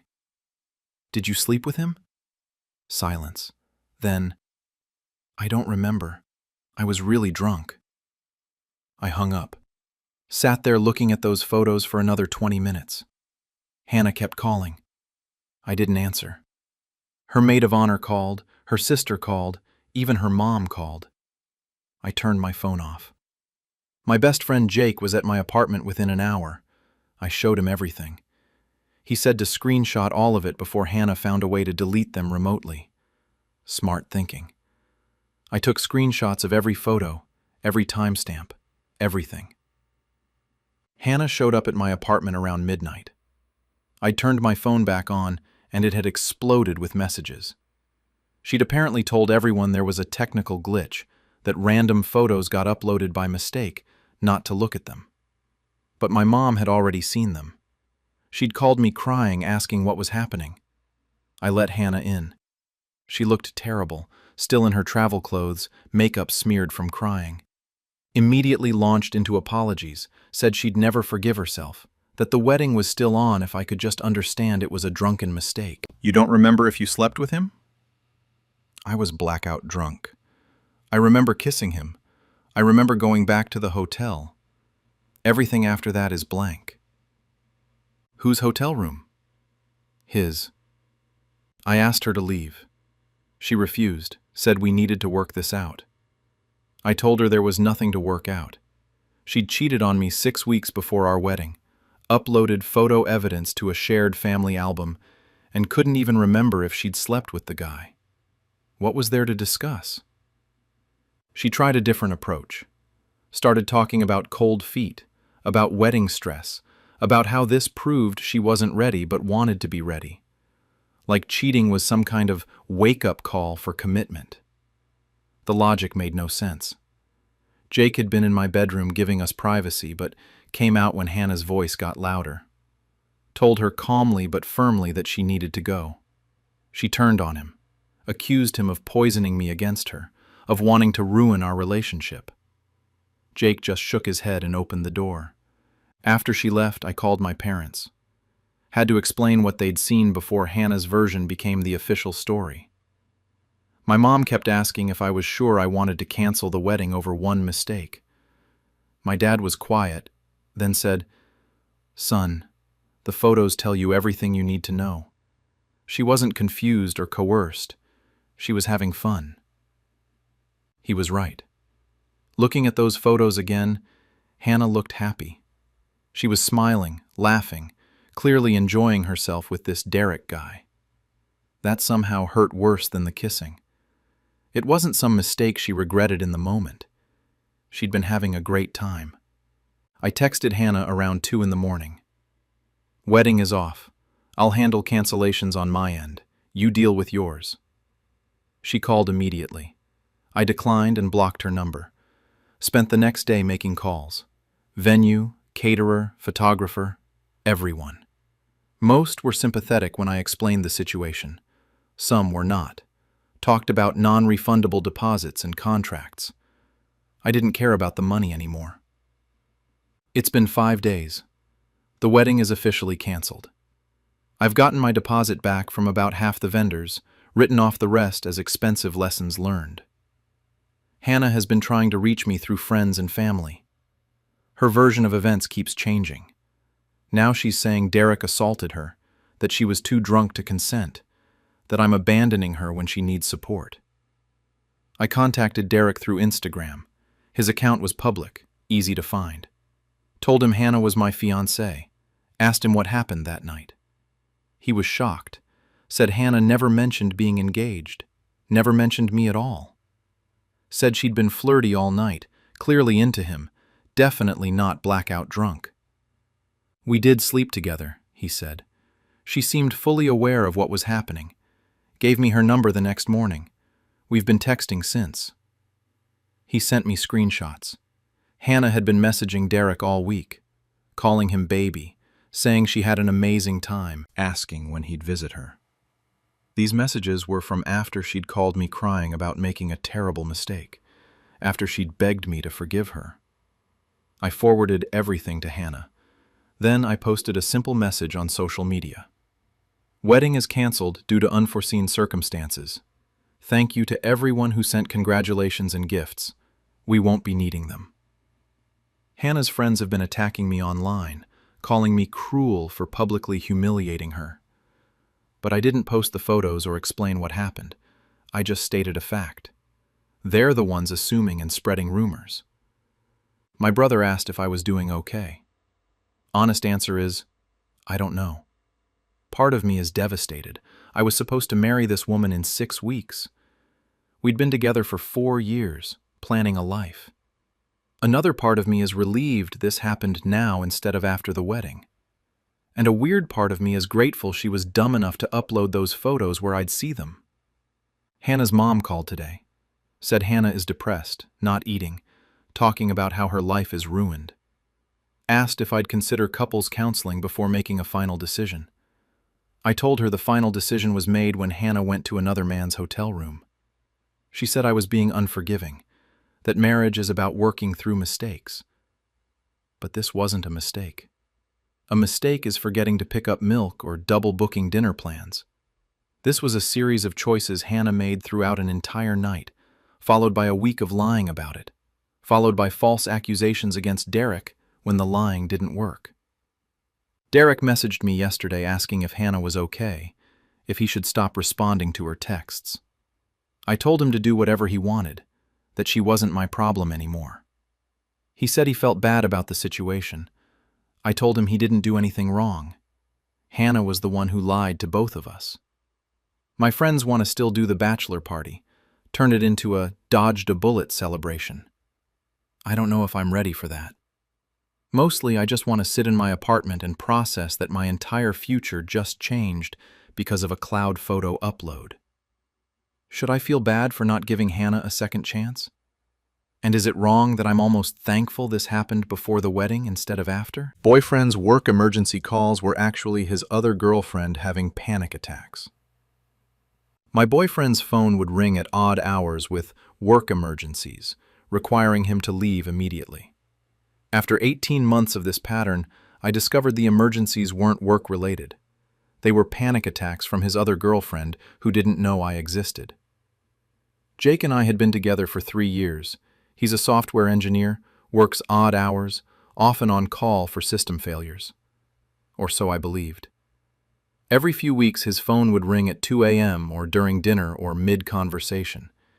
He'd check the caller ID, his face would go serious, and he'd say, "Work emergency," before leaving for hours. I was understanding.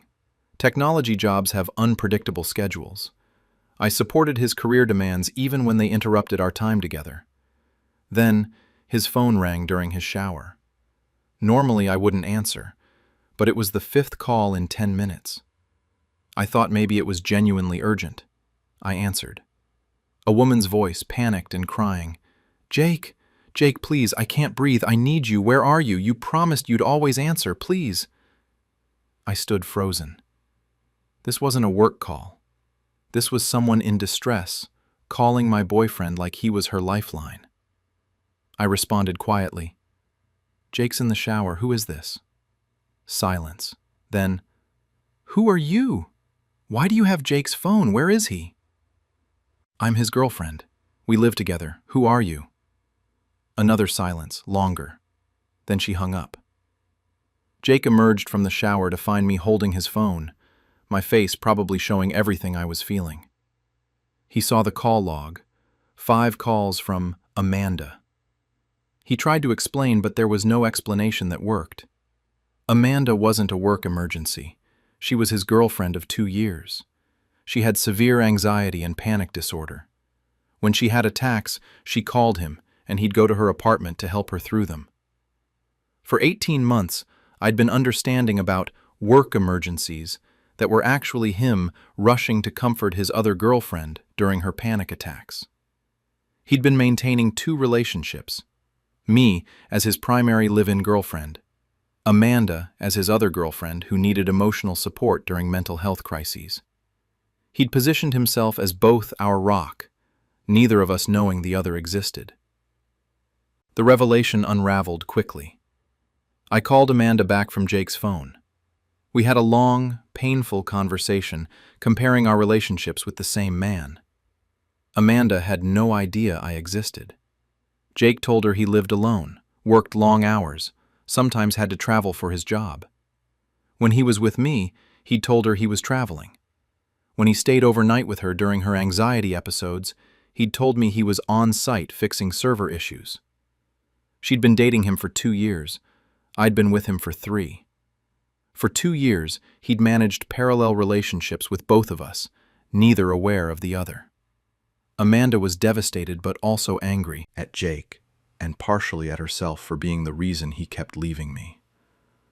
I called him every time I had a panic attack. I interrupted your dates, your evenings, your sleep, and I had no idea you existed. I tried to reassure her. You didn't know. He chose to come to you. He chose to lie to both of us. We compared notes. He'd told Amanda he couldn't do holidays because of family obligations. He'd spent those holidays with me. He'd told me he couldn't do certain weekends because of work projects. He'd spent those weekends with Amanda during particularly bad mental health periods. His calendar was a masterpiece of coordination. He'd balanced 2 relationships for years, using my understanding about his demanding job and Amanda's mental health needs as cover for maintaining both simultaneously. Amanda had believed he was her supportive boyfriend who rushed to help during panic attacks. I'd believed he was a dedicated professional who prioritized work emergencies. Both of us had been convenient excuses for time with the other. The cruelest part was how he'd weaponized Amanda's mental health. He'd made himself essential to her anxiety management, positioned himself as her primary support during panic attacks, then used those genuine mental health crises as cover for leaving me. Jake tried to defend himself. He claimed he loved both of us, couldn't choose, thought he could make both relationships work. He said Amanda needed him during her attacks and he couldn't abandon her. He said he loved me but couldn't hurt Amanda by leaving her. I asked the obvious question. Why not just be honest? Why not tell us about each other? He had no answer. Or rather, he had an answer he couldn't say out loud, because neither of us would have accepted sharing him. Amanda and I made a pact. We'd both leave him simultaneously. He'd lose both relationships at once, immediately, with no chance to manipulate either of us into staying. We coordinated our breakups for maximum impact. Amanda and I met for coffee first, compared more stories, found more lies. He'd told Amanda his mother was sick, the family obligations that kept him from seeing her during holidays. His mother was perfectly healthy. He'd told me his company was doing emergency migrations, the work projects that consumed his weekends. His company had no such projects. Every excuse was a lie covering time with the other woman. For 2 years of our relationships overlapping, he'd constructed an elaborate double life. We confronted him together, knocked on his apartment door, which was technically our apartment, I'd been living there, at 7 p.m. on a Saturday. Amanda came with me. His face when he opened the door and saw us standing together was a moment of pure recognition. He knew immediately why we were there. We didn't yell, didn't cry, just told him we both knew everything and both were leaving. Amanda said she'd find other mental health support resources.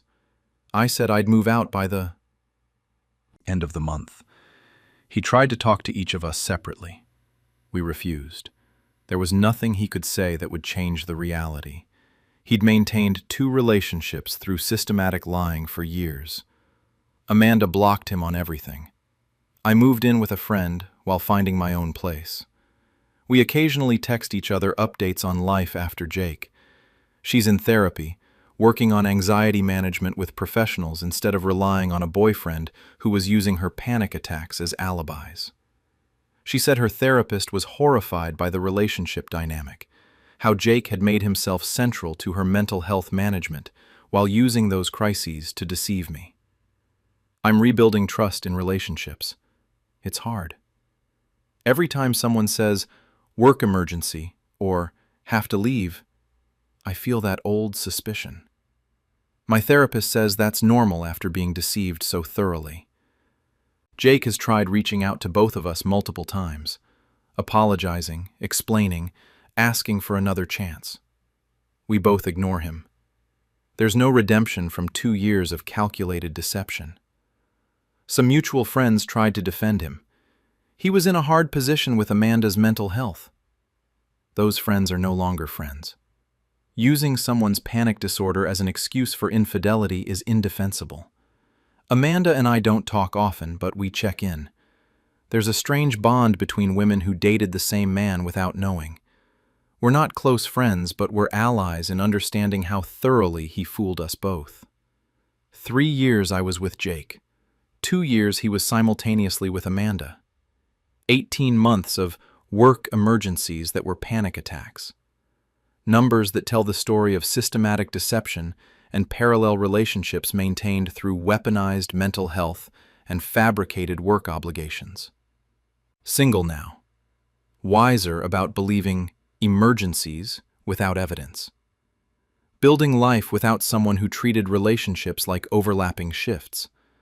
Amanda's managing anxiety without boyfriend who used her attacks to deceive someone else.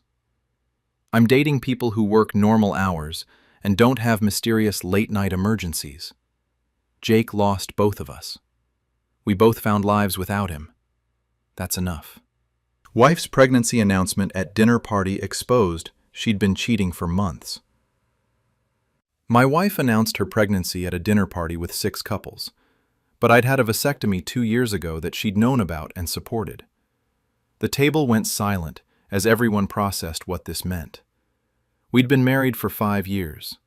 After our second child, we mutually agreed we were done having kids. I got a vasectomy with her full support. She drove me to the appointment, helped during recovery, celebrated not needing birth control anymore. Both kids were planned and wanted. Our family felt complete. That's why her pregnancy announcement made no sense. I'd been medically unable to father children for 2 years. She knew this. Our friends knew this, Several couples at the table had been there when I joked about getting the procedure. She was glowing, excited, holding up a positive pregnancy test. "We're having another baby! Surprise!" I stared at her. "That's impossible. I had a vasectomy." Her face went pale. In her excitement about the pregnancy, she'd completely forgotten about my vasectomy. She'd practiced her announcement speech, imagined everyone's happy reactions, planned the reveal, and forgotten the fundamental fact that made her pregnancy impossible with me. The table was silent. 6 couples watching my wife realize her mistake in real time. One friend whispered, "Oh my God." I left the party, drove home, packed essentials, stayed at my brother's house. My phone exploded with messages from my wife, apologizing, explaining, begging to talk. I ignored them all. The next day, she admitted everything. She'd been having an affair for 4 months with a coworker. They'd been careless. She'd gotten pregnant. She'd somehow convinced herself she could pass the baby off as mine, despite my vasectomy. She'd thought maybe people would forget, or assume the procedure had failed, or just not do the math. She'd announced another man's baby at a dinner party in front of all our friends, completely forgetting that I was medically incapable of being the father. The humiliation was complete. Everyone knew. No possibility of hiding it or saving face. She'd exposed her own affair in the worst possible way. The aftermath was swift and brutal. By the time I filed for divorce, everyone in our social circle already knew the full story. Multiple friends had called checking on me, offering support, expressing disbelief at how the dinner party had unfolded. My wife tried damage control, but there was none to be had. She'd announced a pregnancy that couldn't possibly be mine in front of a dozen witnesses. No amount of explaining could undo that moment of collective realization when everyone understood what was happening. Her affair partner panicked when she told him about the pregnancy. He was married too. His wife had been at the dinner party. His wife filed for divorce within a week. 2 marriages destroyed because my wife forgot about my vasectomy during her pregnancy announcement. My kids were confused. They were excited about a new sibling until they weren't. Age-appropriate explanations about why Daddy and Mommy were separating, why there might not be a new baby in our house, why everything had changed so suddenly. My wife had imploded our family structure with one thoughtless announcement. She sent me long messages trying to explain. She'd been planning to tell me about the pregnancy privately first, then announce at the party together. But in the moment, surrounded by friends, caught up in the excitement, she'd just blurted it out. She'd genuinely forgotten about the vasectomy until I mentioned it. That made it worse, somehow. She'd been so immersed in her affair that she'd forgotten a fundamental fact about my reproductive capacity. The affair wasn't just physical. She'd mentally checked out of our marriage so completely that she'd forgotten basic medical facts about her own husband. Her family was mortified. Her mother called to apologize, crying about how she'd raised her daughter better than this. Her father couldn't even speak to her. They'd been at the dinner party too, watching their daughter expose her affair in real time. The divorce moved quickly. No point in fighting when the infidelity was public knowledge, witnessed by multiple couples. She tried to negotiate custody, but her lawyer advised her to accept less favorable terms given the circumstances. Courts tend not to favor parents who blow up their children's stability through very public affairs. Social media was brutal. People who'd been at the party posted vague comments about shocking dinner parties and truth coming out in unexpected ways.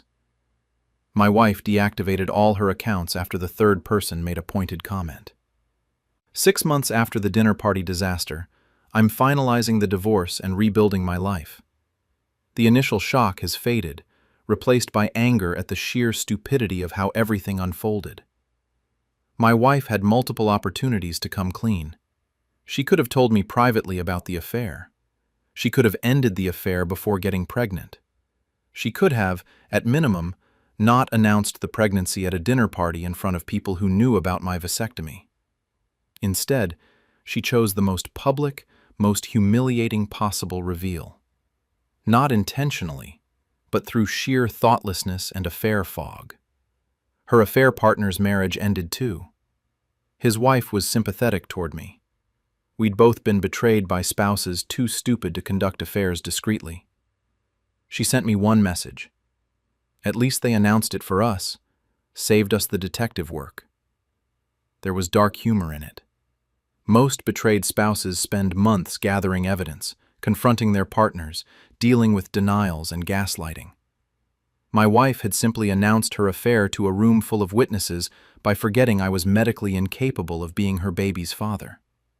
The pregnancy itself became complicated. My wife suffered severe anxiety and depression, likely from the stress of her life imploding. Her affair partner wanted nothing to do with the baby. His ex-wife had taken everything in their divorce. He was bitter, broke, and had no interest in fatherhood. My wife was alone, pregnant, with destroyed reputation and fractured family. Her mother eventually came around to support her, but the relationship was strained. Her father still hasn't spoken to her. I have primary custody of our 2 kids. They're confused about the whole situation. Why mom is having a baby that won't be their sibling in the traditional sense. Why we're not a family anymore. Why everything changed after that one dinner. I'm honest with them in age-appropriate ways. Mommy made choices that hurt the family. Sometimes adults make mistakes that have big consequences. We still love them, but Daddy and Mommy can't be married anymore. The kids visit their mother, but she's struggling. Pregnancy without support system is hard.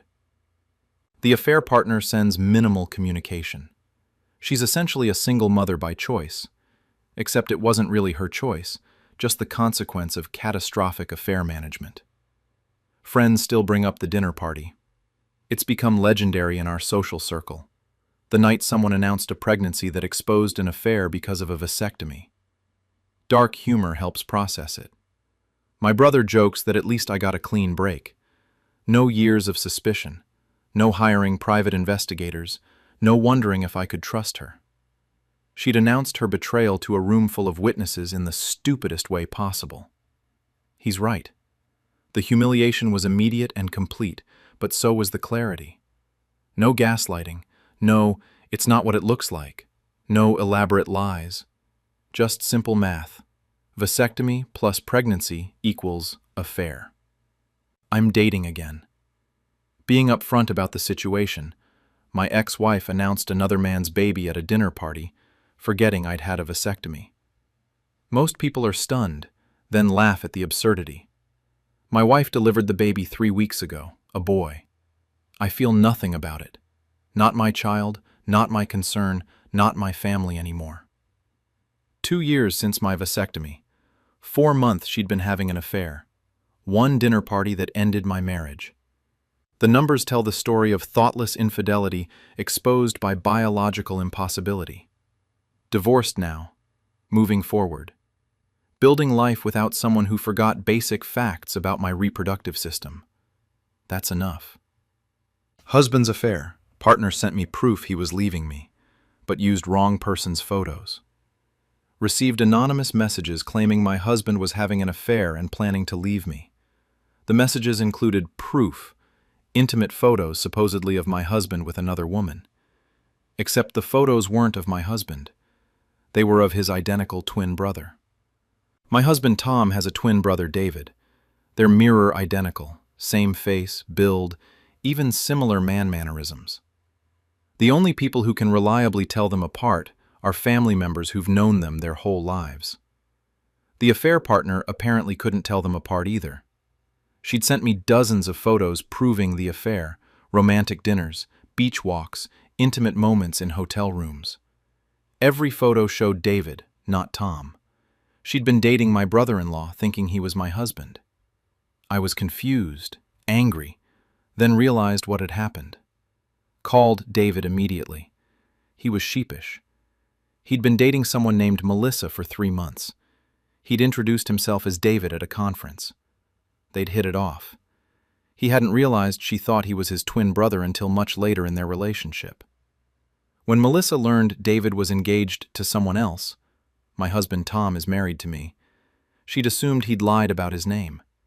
She thought David was a fake name Tom had used to cover an affair. She'd been dating David but believed she was dating Tom. The revelation created chaos. Melissa had sent the photos trying to expose Tom's affair and force him to leave his wife, me. Instead, she'd exposed that she'd been dating the wrong twin entirely. Her dramatic revelation had backfired spectacularly. Tom found it darkly hilarious. My brother stole my identity by being himself, and his girlfriend thought stealing my identity meant I was cheating on you with her. David was mortified. He'd tried explaining to Melissa that he was Tom's twin brother, not Tom himself. She'd refused to believe him, convinced it was another lie.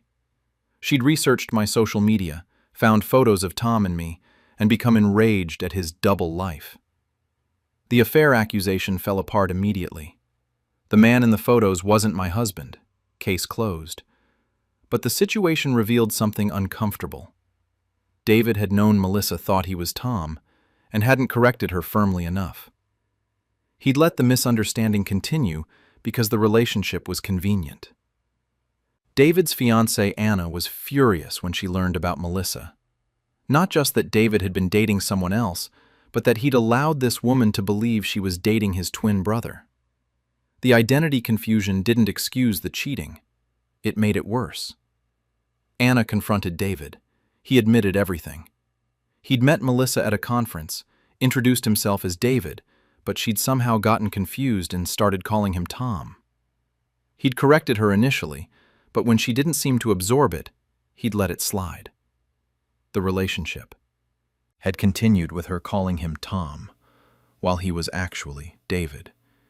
He claimed he'd thought she was just using a nickname.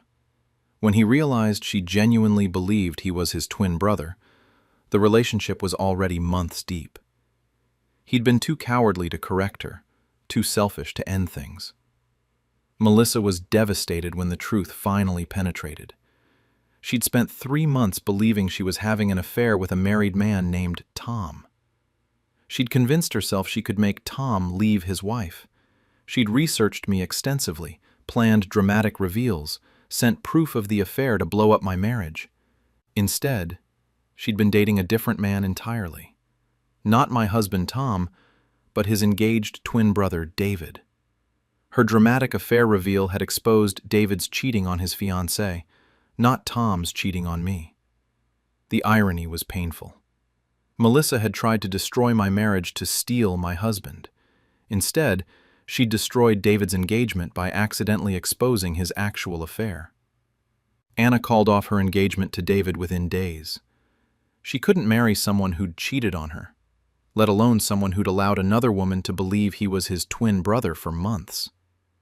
The identity confusion was bizarre, but the cheating was straightforward. Tom and I were collateral damage to David's mess. Melissa's messages had accused my husband of infidelity, included intimate photos, threatened to destroy our marriage. For 12 hours between receiving the messages and confirming the photos showed David, I'd believed my husband was cheating. That 12 hours of betrayal and confusion damaged something between Tom and me. Even after proving his innocence, the accusation had planted seeds of doubt. I'd seen proof of him with another woman. The proof was fake, but the emotional damage was real. Tom was angry at his brother. "You let someone think she was dating me while you cheated on your fiancée. Your affair almost destroyed my marriage." David apologized but offered weak justifications. He hadn't meant for it to get so complicated. He'd tried to tell Melissa the truth. She hadn't wanted to hear it. 3 months after Melissa's failed affair reveal, the full consequences are clear. David's engagement is over. Anna won't speak to him. Melissa is humiliated. She'd planned to be a homewrecker, but ended up being the other woman in a completely different relationship. Tom and I are in couples therapy. The false accusation damaged our trust in ways neither of us expected. I know logically that my husband wasn't cheating, that the photos showed his twin brother. But emotionally, I still remember the betrayal I felt when I first saw those photos labeled as proof of Tom's affair. My therapist says the trauma of believing you've been betrayed doesn't disappear just because you learn it wasn't true. For 12 hours, I'd grieved my marriage. I'd felt betrayed, humiliated, angry. Learning it was David in the photos relieved the factual burden, but didn't erase the emotional impact. Tom understands intellectually, but struggles with my ongoing mistrust. I didn't do anything wrong. My brother did. Why am I being punished? He's not being punished. But our relationship absorbed the shockwave of David's affair and Melissa's mistaken identity crisis. We're rebuilding from damage we didn't cause. David lost everything. Anna won't reconcile. His family is disappointed. Friends who heard about the engagement ending learned it was due to cheating. His reputation is damaged. Melissa tried reaching out to me to apologize. I blocked her. She'd sent detailed messages about my husband's supposed affair, described intimate moments with him, threatened to tell everyone about his double life. The fact that she'd been dating David, not Tom, doesn't undo the psychological warfare she'd waged against me. She'd also posted on social media about married men who lie and wives who deserve to know the truth, before learning she'd been dating the wrong twin. Those posts are still up, screenshots circulating, people asking questions she can't answer without admitting her massive mistake. The whole situation is absurd. Woman dates man's twin brother, thinks she's dating the man himself, tries to expose the affair to the man's wife, accidentally exposes twin brother's actual affair with his fiancée instead. It would be funny if it hadn't damaged my marriage. Tom and I are working through it, but there's now a before and after in our relationship. Before I received proof of his infidelity, even though it was false, and after. David's identical twin status made the confusion possible. His cowardice made the confusion last months. Melissa's determination to expose the affair made the consequences explode publicly. 3 months, Melissa dated David thinking he was Tom. 12 hours I believed my husband was cheating. 0 chance any of us forget this bizarre situation.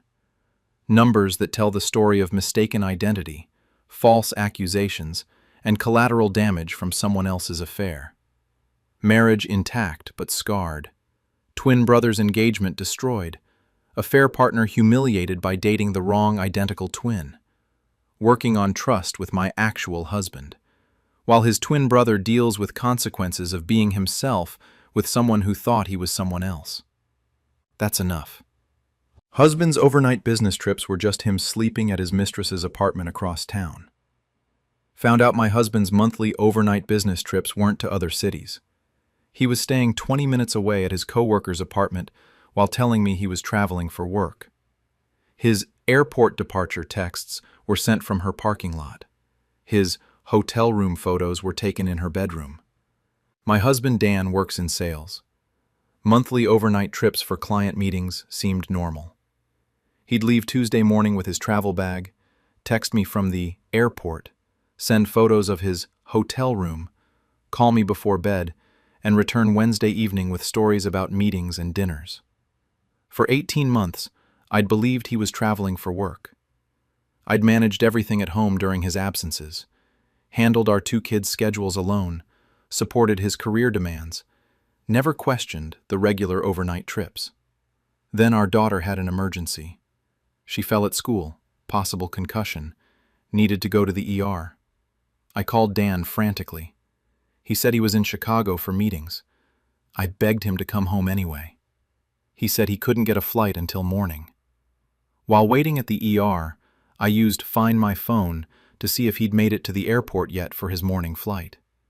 His location showed him at an apartment complex 20 minutes from our house, not at O'Hare Airport in Chicago. I called him. "Where are you actually?" Silence. Then fumbling excuses. He claimed the app was wrong, then admitted he wasn't in Chicago. He was at a coworker's apartment. Her name was Jennifer. They'd been having an affair. Every business trip for 18 months had been him staying at her apartment across town. The airport texts were sent from her parking lot. The hotel room photos were staged shots of her bedroom. The client dinners were them eating takeout together. He'd created elaborate fake itineraries, flight numbers, hotel names, meeting schedules, all fiction. He'd been sleeping in Jennifer's bed while texting me goodnight from his hotel room miles away. Our daughter needed her father during a medical emergency. He'd refused to come home from his business trip that was actually him in an apartment 20 minutes away, because maintaining the affair lie was more important than being there for his child. The scope of the deception was breathtaking. Dan had created fake travel itineraries for 18 trips.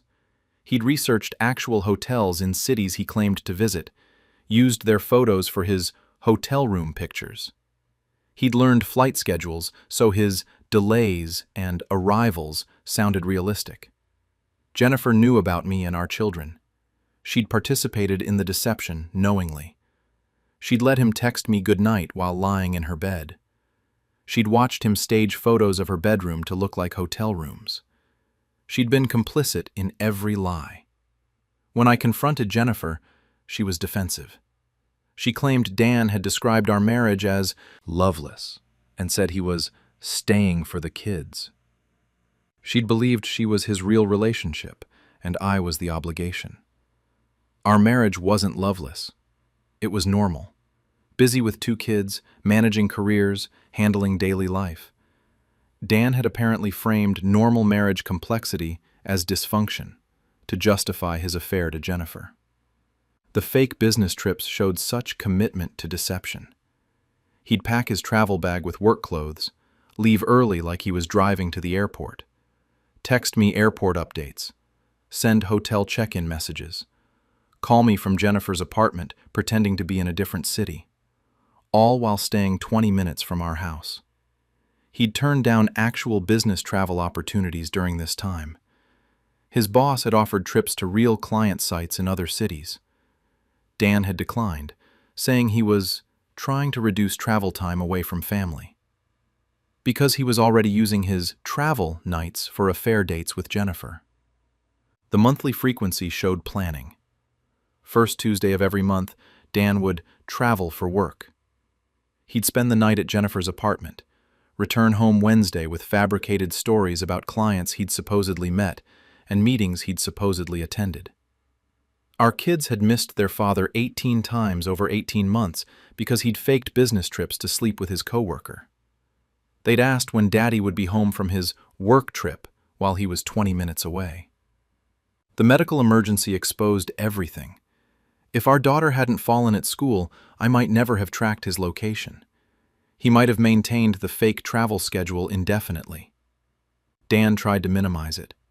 Said he'd never actually traveled far away, so it wasn't that bad. As if lying about being in Chicago while actually at his mistress's apartment 20 minutes away was somehow better than actually traveling for affairs. Friends were stunned.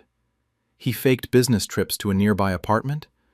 Why not just say he was working late?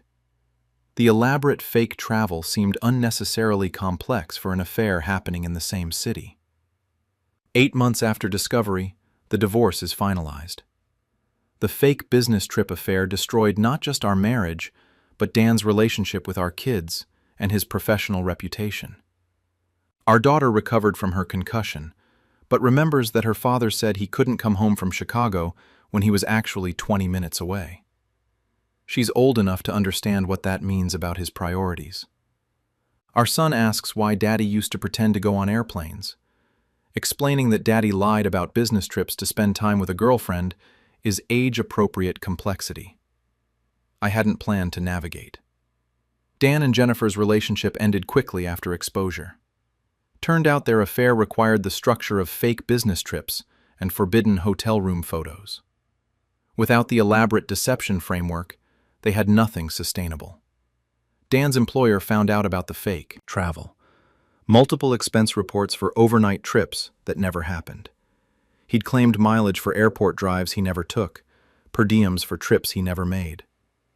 The company fired him for expense fraud in addition to the affair with a coworker, so he lost his marriage, his job, and his relationship with Jennifer simultaneously. All because he'd created fake business trips to conduct an affair 20 minutes from home instead of being honest about anything. Jennifer left the company too. Couldn't stay after the affair became public knowledge and her participation in elaborate travel deception was revealed. I'm rebuilding life as a single parent. The kids adjust. They see their father on scheduled weekends. He lives in a small apartment now, unemployed, dealing with consequences of fake business trips and expense fraud. Sometimes I drive past Jennifer's apartment complex, 20 minutes from my house. The location where my husband stayed 18 times while texting me from Chicago or Dallas or Phoenix. So close he could have been home for dinner. Instead, he sent fake airport photos. The elaborate nature of the deception bothers me more than the affair itself sometimes. He could have just admitted he wanted out of the marriage. Instead, he created 18 months of fake travel itineraries, staged hotel room photos, and maintained complex lies while staying in the same zip code. Dating again now. When someone mentions business travel, I verify, check flight confirmations, ask for hotel names. The experience of discovering my husband's Chicago trip was actually Jennifer's apartment makes me suspicious of any claimed overnight travel. Dan occasionally tries to explain, says he didn't want to hurt me with the truth, so he hurt me with 18 months of elaborate lies instead. Says Jennifer made him feel free from family obligations, so he abandoned family obligations by faking business trips. No explanation makes it better. He chose deception over honesty, fake travel over real presence, an apartment 20 minutes away over being home with his family.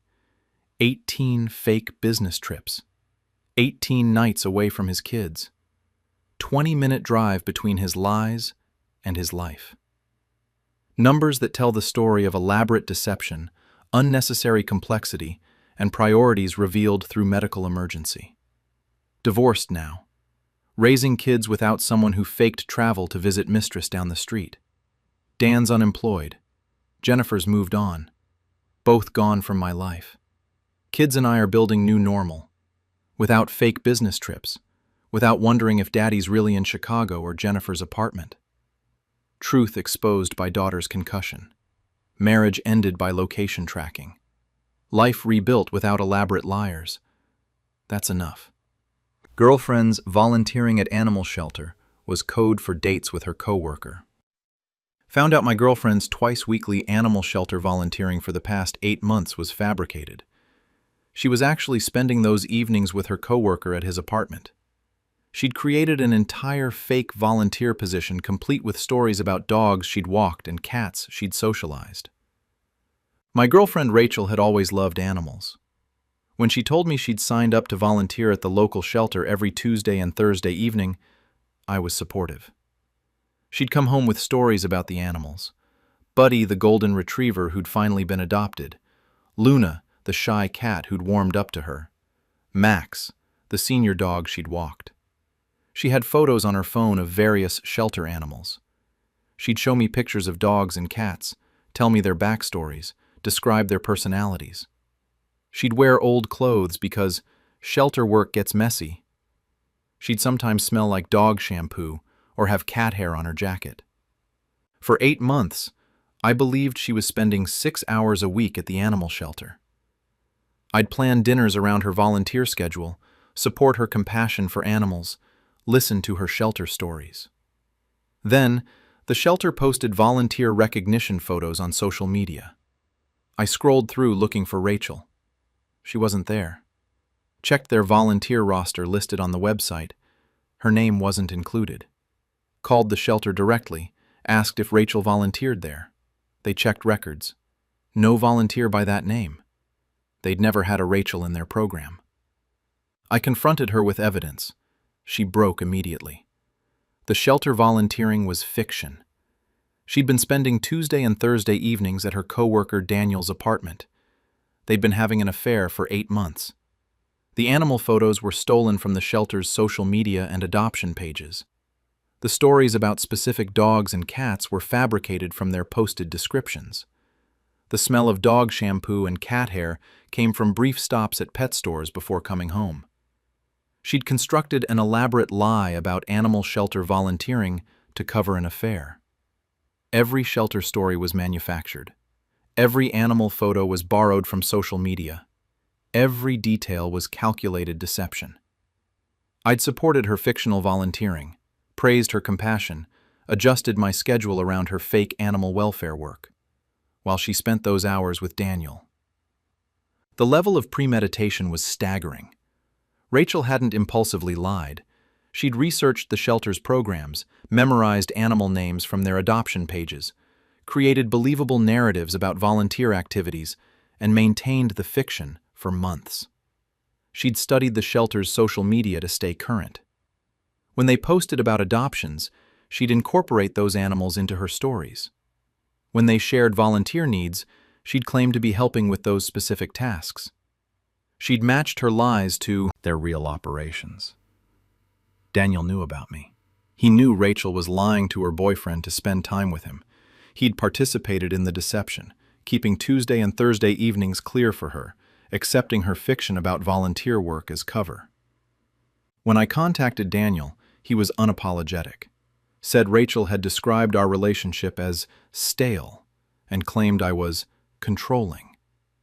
He'd believed he was offering her escape from an unhappy relationship, not facilitating affair behind a happy boyfriend's back. Our relationship wasn't stale. I'd been supportive, trusting, accommodating. I'd rearranged my schedule around her volunteering because I respected her commitment to animals. That respect and trust had made the deception easier. Rachel tried to explain. She'd initially told one lie about volunteering to cover drinks with Daniel after work. The lie had worked so well, she'd expanded it into regular volunteer nights. Creating the shelter volunteer fiction gave her predictable, unquestioned time with Daniel. She claimed she'd felt trapped by the lie after it got elaborate. She couldn't suddenly quit volunteering without explanation. She couldn't admit the lie without revealing the affair. So, she'd maintained the fiction for 8 months, adding layers of detail to make it believable. I pointed out she could have ended the affair at any time. She'd chosen to continue it, chosen to elaborate the lies, chosen to show me fake shelter animal photos while building a relationship with another man. The animal welfare community was disgusted when I shared the story with friends. Someone who'd fake volunteering at an animal shelter to hide an affair is using compassion as a weapon, one friend said. Others agreed. Weaponizing animal welfare for infidelity is particularly cynical. My trust was completely destroyed. Not just in Rachel, but in anyone's claims about where they spend time. She'd convinced me so thoroughly that I'd never questioned the shelter volunteering. I'd been the supportive boyfriend praising her fake compassion while she was sleeping with a coworker. The relationship ended immediately. No working through it, no second chances. 8 months of systematic lying while showing me photos of shelter animals she'd never met. 3 months after the breakup, I'm still processing the layers of deception. It wasn't just that Rachel cheated, it was the elaborate fiction she'd constructed to hide it. She'd created an entire volunteer persona. She'd had names for imaginary dogs she'd supposedly walked: Buddy, Max, Charlie, Scout. She'd described their temperaments, their adoption prospects, their behavioral quirks. None of them were real to her. They were props in her alibi. I'd listened to dozens of shelter stories.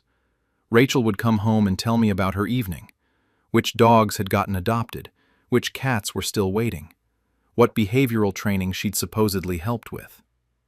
Every story was fabrication based on the shelter's social media posts. She'd maintained spreadsheets to track her lies. I found them on her laptop when I was collecting my things. A document titled Volunteer Schedule that was actually a record of which shelter animals she'd claimed to work with, which adoption stories she'd told me, which volunteer activities she'd described. She'd been managing her lies like a project.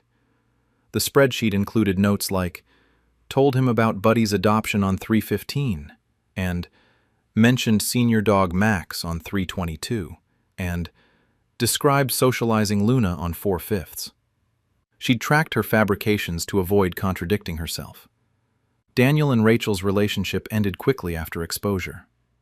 Turned out their connection was largely based on the excitement of secret meetings. Without the affair structure, they had little in common. They'd bonded over deceiving me, not over genuine compatibility.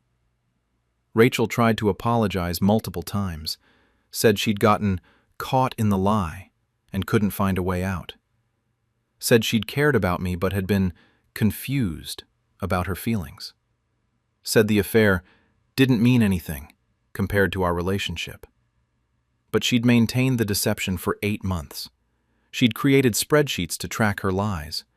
She'd shown me photos of shelter animals while sleeping with her coworker. Those aren't actions of someone confused. They're actions of someone committed to prolonged deception.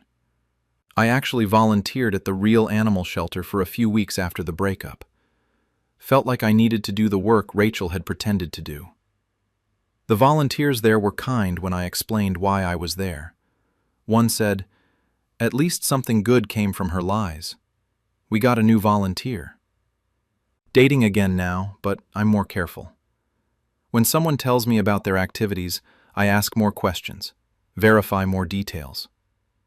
The experience of being fooled by fake shelter volunteering makes me suspicious of any regular scheduled activities that sound like convenient cover for unaccounted time. Rachel moved to a different city for a new job.